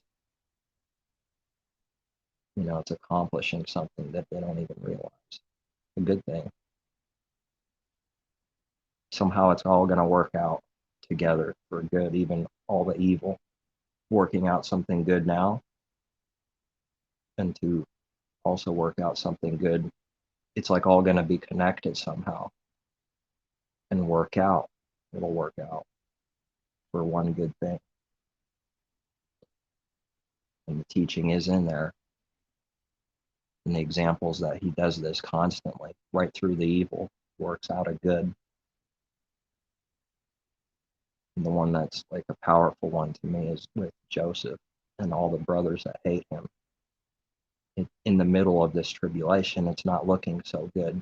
It's torn up, it's hating, it's doing all kinds of evil. And it worked out for the good. He's shown me he's going to do this on a grand scale. The whole thing's working out, something like that parable of, it's a parable still, even though it's real people, it was still a parable because it's teaching something that's always true spiritually. So then the whole creation is like working out for one massively good thing. Somehow, some way it's working out like that, even if we can't see the little parts. But he's given me a little bit here and there, just enough to believe that huge grand thing, because it's a little bit extra seeing something here, something there, but always sort of a mystery in some kind of way too. How on earth is he going to do it?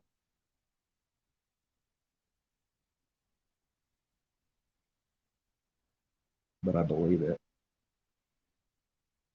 That's good news, and yet it's so deep. It's not as simple as good news. This good news also means repent. It also means his word and truth is extraordinarily offensive to all his enemies. He's against the carnal man because he's not carnal, not evil. That's the good news also does mean, tribulation and persecution. The good news is meaning a lot of testing, a lot of fire, a lot of trials. So there's like no easy way then. The wide way, tempted to look easy, but it's not. And then the narrow way, that's not really tempting anybody. That's like a miracle. The Father's mercy and his spirit for someone want to go down the narrow way. And then it's actually difficult also. But it's the better difficulty than the wide gateway. It's better to be persecuted and starting to losing people, people hating, and to have the Creator and Messiah than to not have the Father and be loved by many people. But in reality, this love isn't even real. It's not that great of a deal, actually. It really isn't. Somewhere deep inside, someone that's lost knows that the other person doesn't really care, but they don't comprehend it. It's just already what it is. So when they see real care, it conflicts. It's in contrast to the no good thing, the fake thing. And so it's going to expose just for what it is, just for being there, and they'll be offended so often when they see real care and love because it's exposing that they're not that. But then it seems like that's what people want, and then when they see it, they attack it, man. It's truly mankind is in an enigma. He's screwed if you do, he's screwed if you don't. He's never satisfied, no matter what. He's ready to attack those who don't eat and drink, and then he's ready to attack those who come eating and drinking. It doesn't matter. Just one giant ball of mess attacking people constantly. Attacking itself, really hurting itself. It doesn't realize that if it attacks someone, it attacks itself because of the Father's judgment. If it is hurting someone else's flesh, it's hurting its own. We read that. It's a long ways to go to be the mind of Messiah, the perfect thing.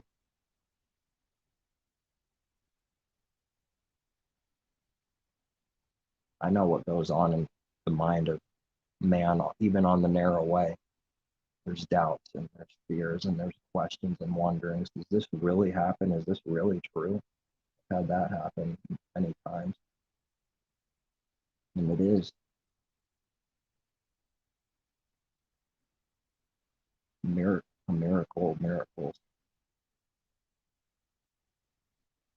And it is also true that whoever's coming out of prison want others out of prison because they are agreeing and seeing that prison is no good.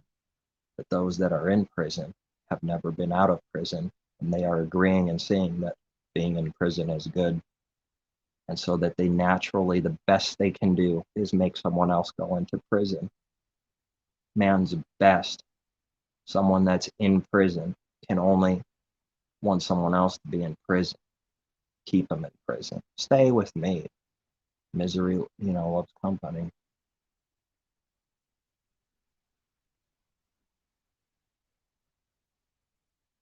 But and so in some way, at all times, they know not what they do. In another way, deep down inside, they know they're doing some kind of evil, but it doesn't care or really see it and just does it anyways. It's real mixed up and confused.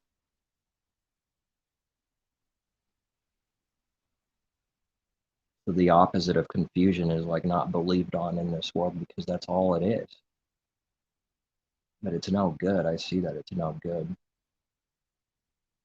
And it's like a desperate situation to want to see people coming out of confusion. And then it's like, for the many, for the most of it, and it's just not happening in this world. It's continuing to confuse people. It's continuing its businesses, and you start seeing why it's being done, and there's no actual care, no love from the Father in them. And we read the scriptures about that. Those that hate, don't have the love of the Father in them, continually hating. or pretending or whatever's going on, but it's not this true care and love that only comes from above. And so it's a nasty thing man does. The devil really, the master deceiver, trickster, for like every evil thing, there's a cover to look good doing it.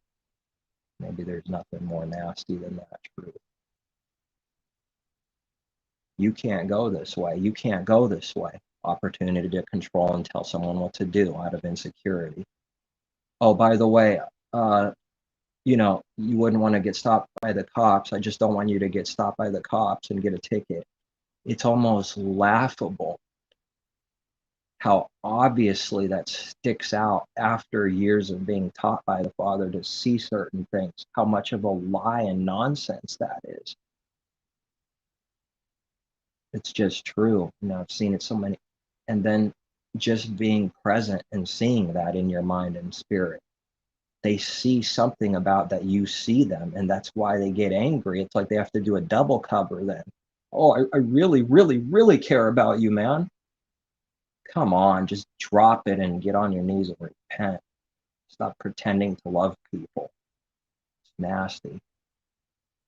Either hate them openly or don't. Don't do this pretending stuff. It might be the nastiest thing that there is. It's like, in a way, it's like putting a bullet in someone. It's not real. If it's not real, then it's pretty nasty pretending to be real. Is that what he's really concerned with in this example? As an example, the carnal man, he really is really worried that you're going to get a ticket. There's no care at all or worry or concern. No, zero in the carnal man. But it already knows how to use a cover so that it covers what it likes to do. Control and tell someone what to do directly and evilly like that. That's why they say it first. It's like a devil screaming somewhere, and then it remembers, oh, yeah, I gotta like finish my deception. I care about you. Care about you, man. I don't want you to get tickets. Oh, get out of here. It's a joke. It's laughable. Maybe sometimes there's a proper time to just tell the foul spirits to be quiet. I wonder if that ever will be fulfilled in anyone, as Messiah did himself. Be quiet. But there is a right way only, and an understanding that that's done. Can't just be done everywhere, every time. Be quiet, shut up. That's true also. Can't just. In fact, I can say that I've seen this actually. It's already happened. And they get afraid. It's a weird thing. Strange. But once again, anything that's true and good can't be doing it for false intention. So then what do we read? Don't rejoice that the spirits are, what do we read? That they're like under, they're like, what's the word now? That the spirits are subject.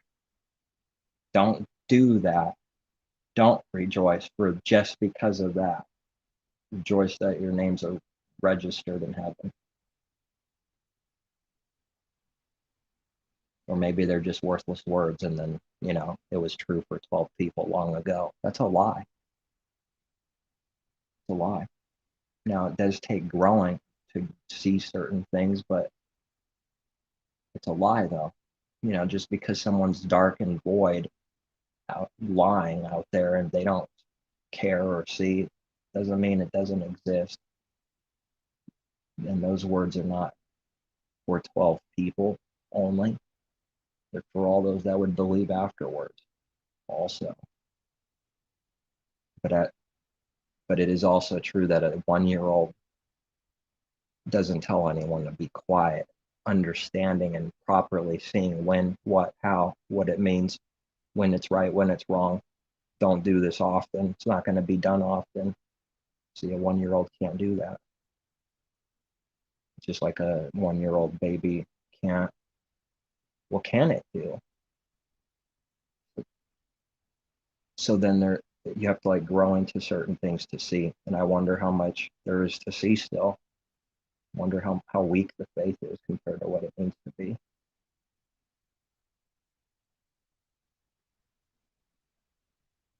And then usually whatever starts getting on the mind, it's like just comes out of, well, it's coming from the Father, but it's like boom, there's a reason it starts being meditated and seen on and wondering, questioning. You know? It is amazing. It doesn't, there's nothing I could have done 5 years ago. You could push, you could shake your fist, you can't even comprehend what will be understood years later. Can't even comprehend or think about it yet. Just nothing I could have done. It's like the total sovereignty of the Father, you know.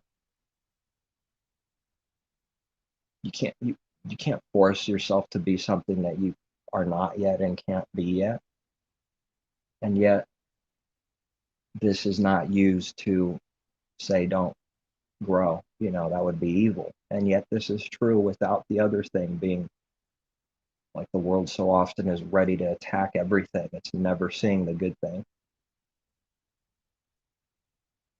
It's always in a dark mind, ready to attack, attack, attack. So what if we were to say it's kind of like his favor? Oh, attack it. It's like too good to be true or something. Oh, because this is true, we'll just abuse it, attack, you know, doesn't see how that's true. And we still need to keep going and not use it as a license to sin, seeing both of these things at the same time, not contradicting. And it's like that's how it is. Like I'm starting to see with that. I'm like, what isn't like that? There's like two things, and the one has to appear and come from him in order to see this thing right. We have to see this over here, or else we will be contradicting and not understanding something. And obviously, nobody that's learning for real. You know that what this also means is that they weren't understanding for real, and that's like not accepted by the carnal man. It's like an abomination to not know concerning his truth. But all this time it's been okay to go to school and learn and grow and become a person that, you know, grown up in society. But when it comes to like with the Father's word and truth, all of a sudden it knows everything. Huh? It's the strangest thing. Now in reality it matches what the natural is, knowing nothing, you know, and you need to learn and grow. You have to learn how to walk, learn how to eat, learn how to do everything. Whatever a baby grows up to learn and do, it's like that spiritually. But I see this thing in religion where concerning his truth and his way, it's like, oh, it knows everything already. I wonder if it's because Satan says you shall be as gods, knowing good and evil. You know, maybe that's why that's already in somebody's heart. A false lie, it's a false thing. I mean, it's a lie and it's a false thing that someone knows everything and knows mostly everything, knows things. And then because of the unbelieving world that doesn't know, if they see actual truth and knowledge and confidence, then it's offended and says it's prideful. There's like sometimes it makes you want to jump in a hole and never come out because it's like you can't do anything right to anybody.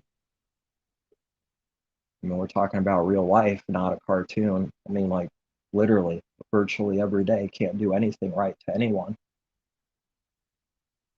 for doing more and more what's right. You can't do what's right because, but you don't want to please them. See, to please them, that means to do sin. Quite the enigma, but it must be so, or it's a enmity. It just is. Spiritual and the carnal don't go together. The unbeliever and believer don't go and mix. They'll be divided. The Messiah says, I didn't come to bring peace, but a division, a sword. It's talking about this specific division here, not the worldly sin, confusion, division, that's man's sin, but to divide specifically his people from the rest spiritually, to not be one with them. They're the only people in the world that are starting to learn not to hate their enemies. But because of this being set apart, everyone will say they're the wicked. They don't want world peace. Kill them all. I feel like that just might end up happening for real. But it's happening already in the heart spiritually every day. But whatever's going on in the heart, if it's a little unleashed, wouldn't it just work out naturally then? If it were allowed. Who knows what the end holds, how brutal it might be. If the beast is unleashed a little bit, man will do what his heart is,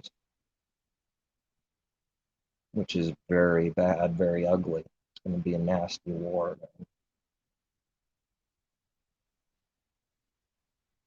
When it comes down to it and people are shouting and screaming and divided and politics and all this stuff going on, the thing that all mankind will hate the most is being set apart, because we're not of this world. We're not trying to save it, not trying to fix it. Now, what's more offensive than that to someone who's literally attached to this world with their heart? Wouldn't they want to kill them if they could? But the murder is in the heart, so that's what counts, though. But I'm just saying, if it were to go on a little bit more, this restraint may be being lifted a little bit, and man just goes nuts because someone's restrained a little bit when he's real angry, but he just can't quite stab his friend in the back, literally. There's a little bit of restraint there. Fear the Creator, because he could take that restraint off for a judgment. That maybe he'll show his people like he's shown me, but not, not saying with a knife and a bullet to kill someone, but things like it to show like, oh, how come I did that? Isn't that like a lack of self-control? So then if that happened, could the other thing have ever happened? Self-control in that moment? If that happened, how come there wasn't self-control in that moment? Doesn't that mean that it was out of control and could do nothing about it? Otherwise it wouldn't have happened, right? Well, that's not what the world says and believes. That should put a proper fear in someone that, hey, look, we're supposed to care, and we're not the Creator, man. He could judge however he rebukes people right to their face in spirit, but we read those words with letters. He's way more powerful than puny little man. Man doesn't have any power of himself. So then if the Father wants to do a judgment for a certain sin, boom, it's done. Boom, someone has a car accident. Boom, someone does this or that. Boom, someone rages and loses control and goes and robs the bank, does this, does that. It's pretty scary. It's scary because the people doing that, they can't not do it in that moment. It's out of control. Why does it want to do that so badly? Because the wrath of the devil's in them. All the Father has to do is unleash a little restraint. Satan enters Judas and Judas goes crazy. He loses whatever control that looked like control, restraint, utterly. Maybe that's why we read that. And then in a way, the person themselves, there's like a mercy and a protection because that's true. Because that's true, the person never really did it. Does that sound like blasphemy? It's like somehow the spirit is saved because of that being true. But we don't want that to happen. This is not good. I'm not saying it's good for that to happen. I'm just saying it's like I see mercy because it's out of blinding, legitimate, literal blinding. like a weird, strange thing. Protection, like mercy, even. Who would ever call Satan entering Judas mercy? In a way, in a sense, some mercy mixed in with it. I'm not saying that is mercy the definition of mercy. I'm saying I see the out of control thing, um, blinding,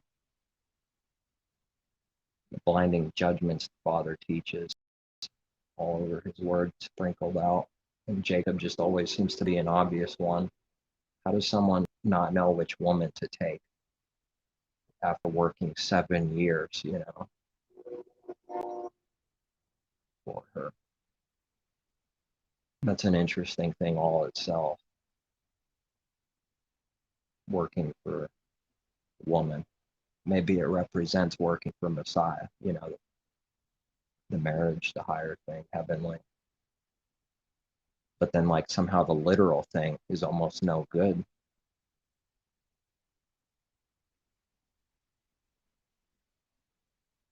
And I'm not saying specifically that. I'm just saying there's an understanding. I'm saying sometimes that it's appropriate. It's not good for women to have this uncontrollable lust for control over man, and then it's not good for man to beat the woman and hate her. So it's like they constantly doing it. Maybe that's why man loses it so many times, because he's in judgment, out of control, and the woman owns him. And the only way he just loses it and kills his whole family. There's a reason why these things happen. There's a real reason why they happen. It doesn't just happen for no reason. Something makes them go off. You think they're going to go and tell the truth in front of a camera, in front of the whole world, in front of people? It takes hours sometimes just to get a little carnal truth out of them because the delusion is so strong. I didn't do it. I swear I didn't do it. Where are my kids? Where are they? And he killed them and buried them. Where are my kids? I'm looking for them still. Oh man, it's scary. I'm only saying this because, like, his judgments are to fear. They're to fear.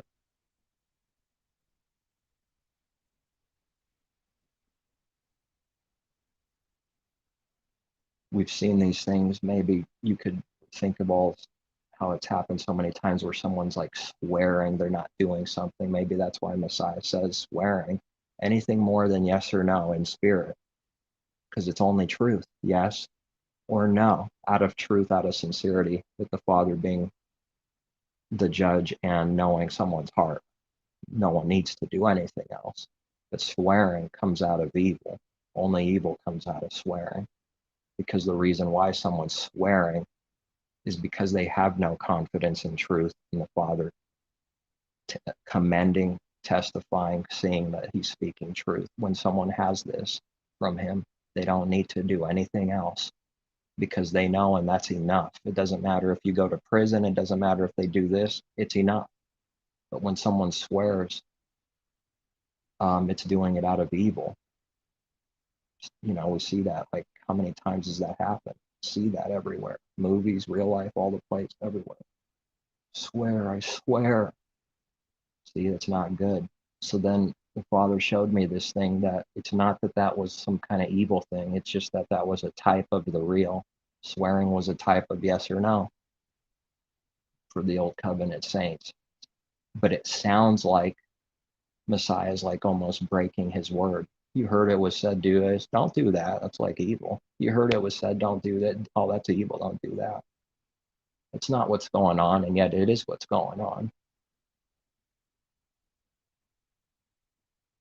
This is the difficult thing, to try to get inside someone. There's an answer and understanding.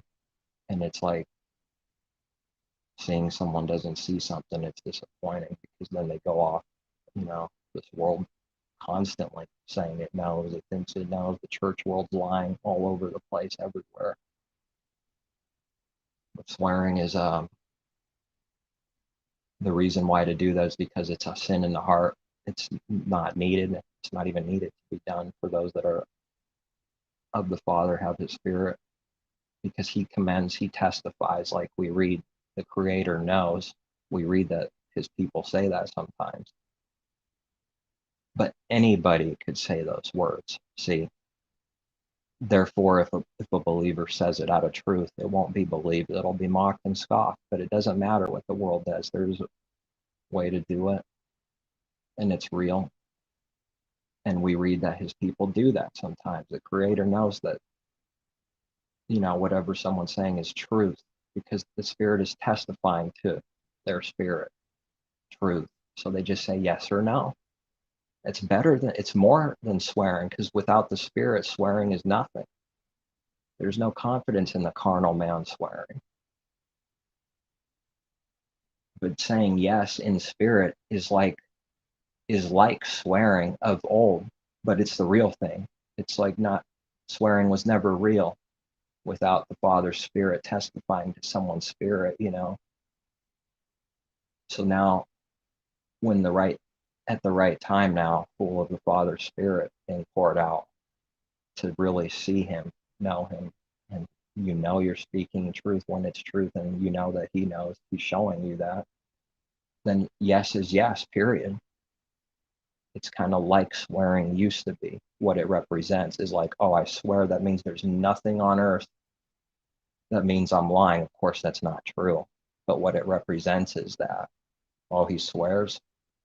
That means like that's the truth. That's kind of like what it means and represents. And now the reality came. Yes or no? So then we'll see people swear in the world. Why are they doing it? Out of confusion, sin, and lies. Out of evil, like Messiah said. Any more than this, yes or no, is evil. What we read. Whatever's evil's no good, is it? If someone's doing evil, that's not good. But is that a big deal to the world? Swearing. What are they going to do? Mock at sin, scoff at having the understanding or caring about this thing or that thing. They won't think it's evil, what they're doing. They don't see how it's evil. It's all they have ever known.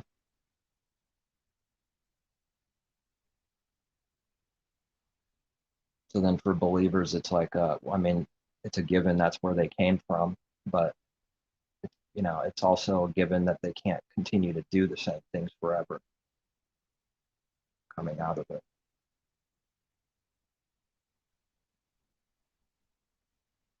There's so much sad things to see. Old friends, they just get near you, and you could see that they see something's wrong. Like you're an enemy now, and now they can't tell you that they can't tell you that they don't like something. They won't tell you. But there's like a sorrow and disappointment. Maybe someone you haven't seen in a long time. This is what I'm speaking of. And that's not on the mind. You're just walking in the Spirit as need to, which is always caring and loving at all times. And then you see this secret enmity and spirit and sorrow and like sort of anger and confusion. It's all there, and then they think nobody sees that's what's going on inside. Then they pretend to like you and love you, and then they show you all this evil secretly. It's not good. It's like everyone just fades away like that. You don't even have to do anything. At the proper time, the Father will set it apart.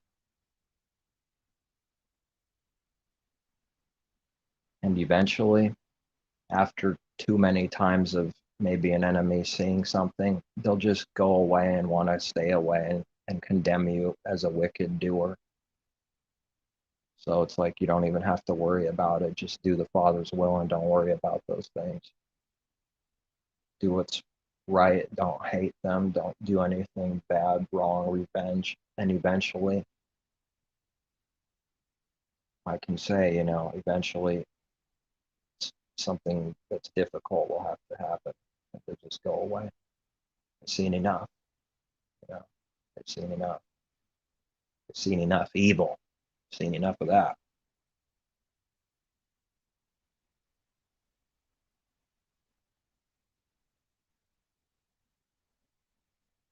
sorrow, disappointment, anger for doing the right thing, for not, you know, like, they see that there's not this love for cars and boats, and it's like just a constant love for the world. It's all that carnal man cares about. And then they start seeing this. What is that going to cause?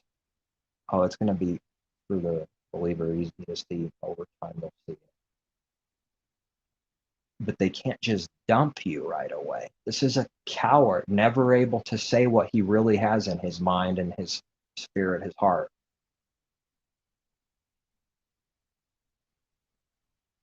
That's slavery. That's being in prison.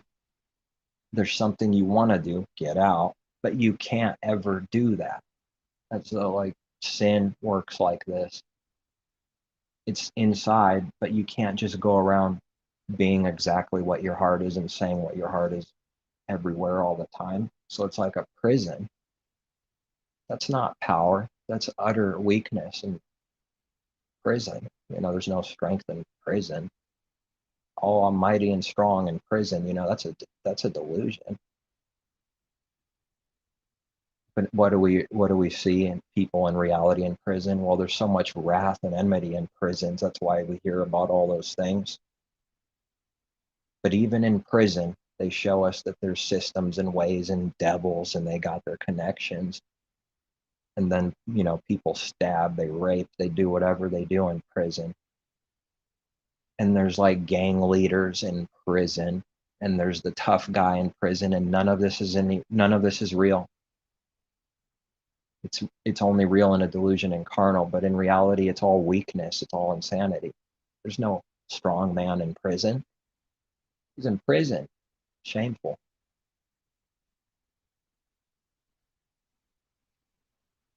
So then when they make movies, I know I've said this a lot, it's humanity. They can't do it different than what humanity is. It's actually accurate so many times. And with exaggerations, with space and making things whatever, but when it's with people and situations and things, it's real. And so then, like, the devil can't hide that they do a lot of wickedness up there. Who knows how much wickedness they do, that they can't tell the world that they just openly do this, but they tell them anyways for anybody watching and seeing and listening. You know, because what's the cover? Oh, that's just a movie. It's entertainment. Oh, sure it is. Sure, nice cover. No, these people are doing evil up in there in high places power, because there's more delusions going on for loving the world more. There's more punishment. It's deeper. They have to hide they're even like their prisons like underground. It's even worse. Double hide what they really are and do. That's not good. There's nothing to be envious about that. Be open, walk as a free man in Messiah, walking, not hiding anything. This is freedom.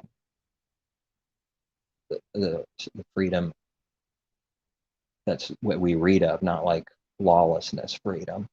Freedom from sin, liberty of the law, is wanting to do it and not being a slave to the sin, breaking the law, therefore being condemned, punished, and in death continually. That's the liberty of the law. Is the good thing, the opposite thing of death. But nevertheless, his people will be judged for the sin mistakes, what they need to learn and grow. Sin is to experience it, see what his word means, and it will be a negative consequence anyways. But they got to beat it. They got to fight it. Just like Cain is told, sin lies at the door, knocking. You have to overcome it. You have to beat it. Right, Cain? For those that care, then they care. For those that don't care, that scripture doesn't mean anything to them.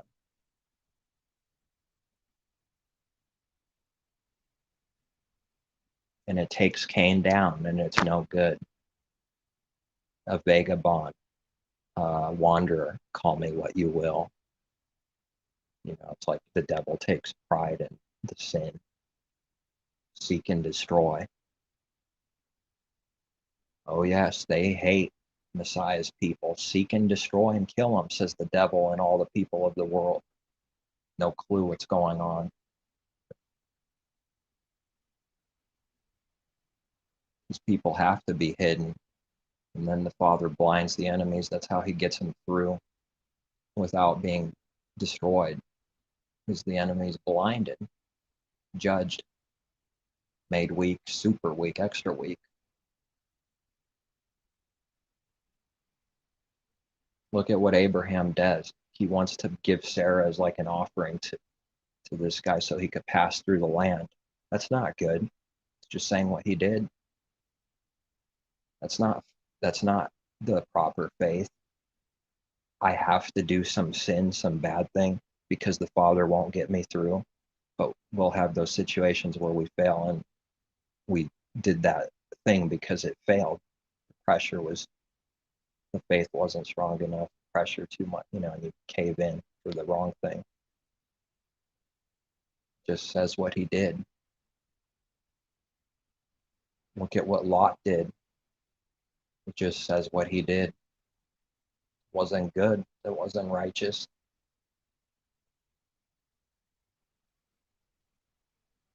Of course, look at, drunk. So then getting drunk's not good because it leads to all kinds of crazy sins. And yet Lot's called righteous, It needs to be brought up.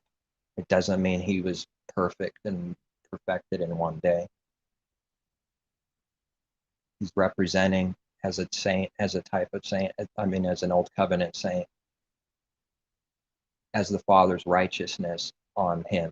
But that means something. It means that it doesn't mean that, it's got some righteousness on me and now I can go and sin as much as I want. It means the exact opposite of that. But still, there'll be mistakes. That's what happens with people, but it's not an excuse to do them. Just a fine line, too easy to butcher his word and his truth. Too easy. The care and questioning has to go to above heaven, to him, or else we'll just quickly, hastily do wrong with his word.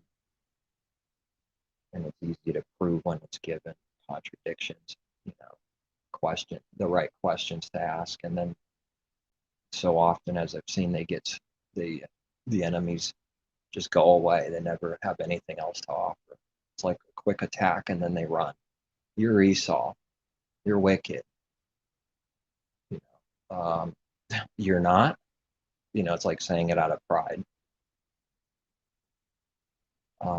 But it has nothing to offer, is what I've seen over and over again. It has nothing to say except attack and then go away. Childish. But while someone's doing that, they believe they're doing good and what's right. And this is important for believers to understand because it's a blinding. We don't want to be blinded like that continually.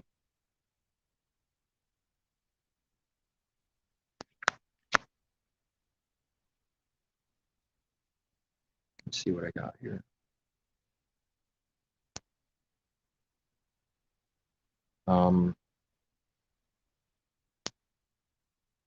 My Lord. What is this?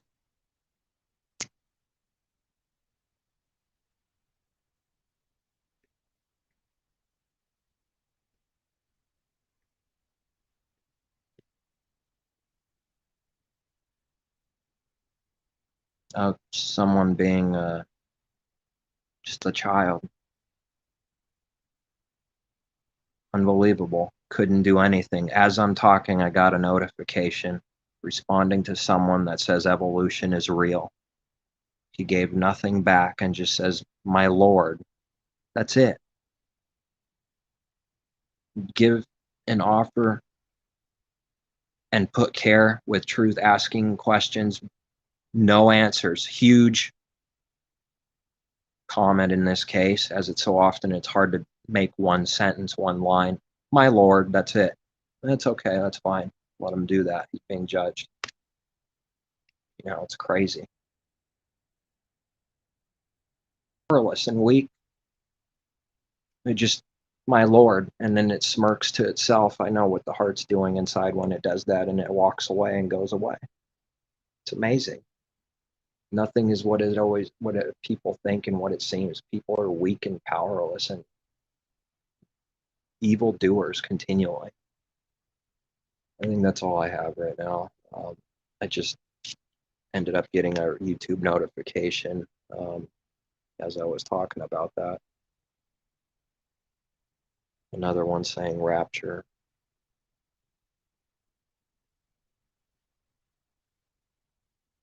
All right. Peace. Take care. Sleep.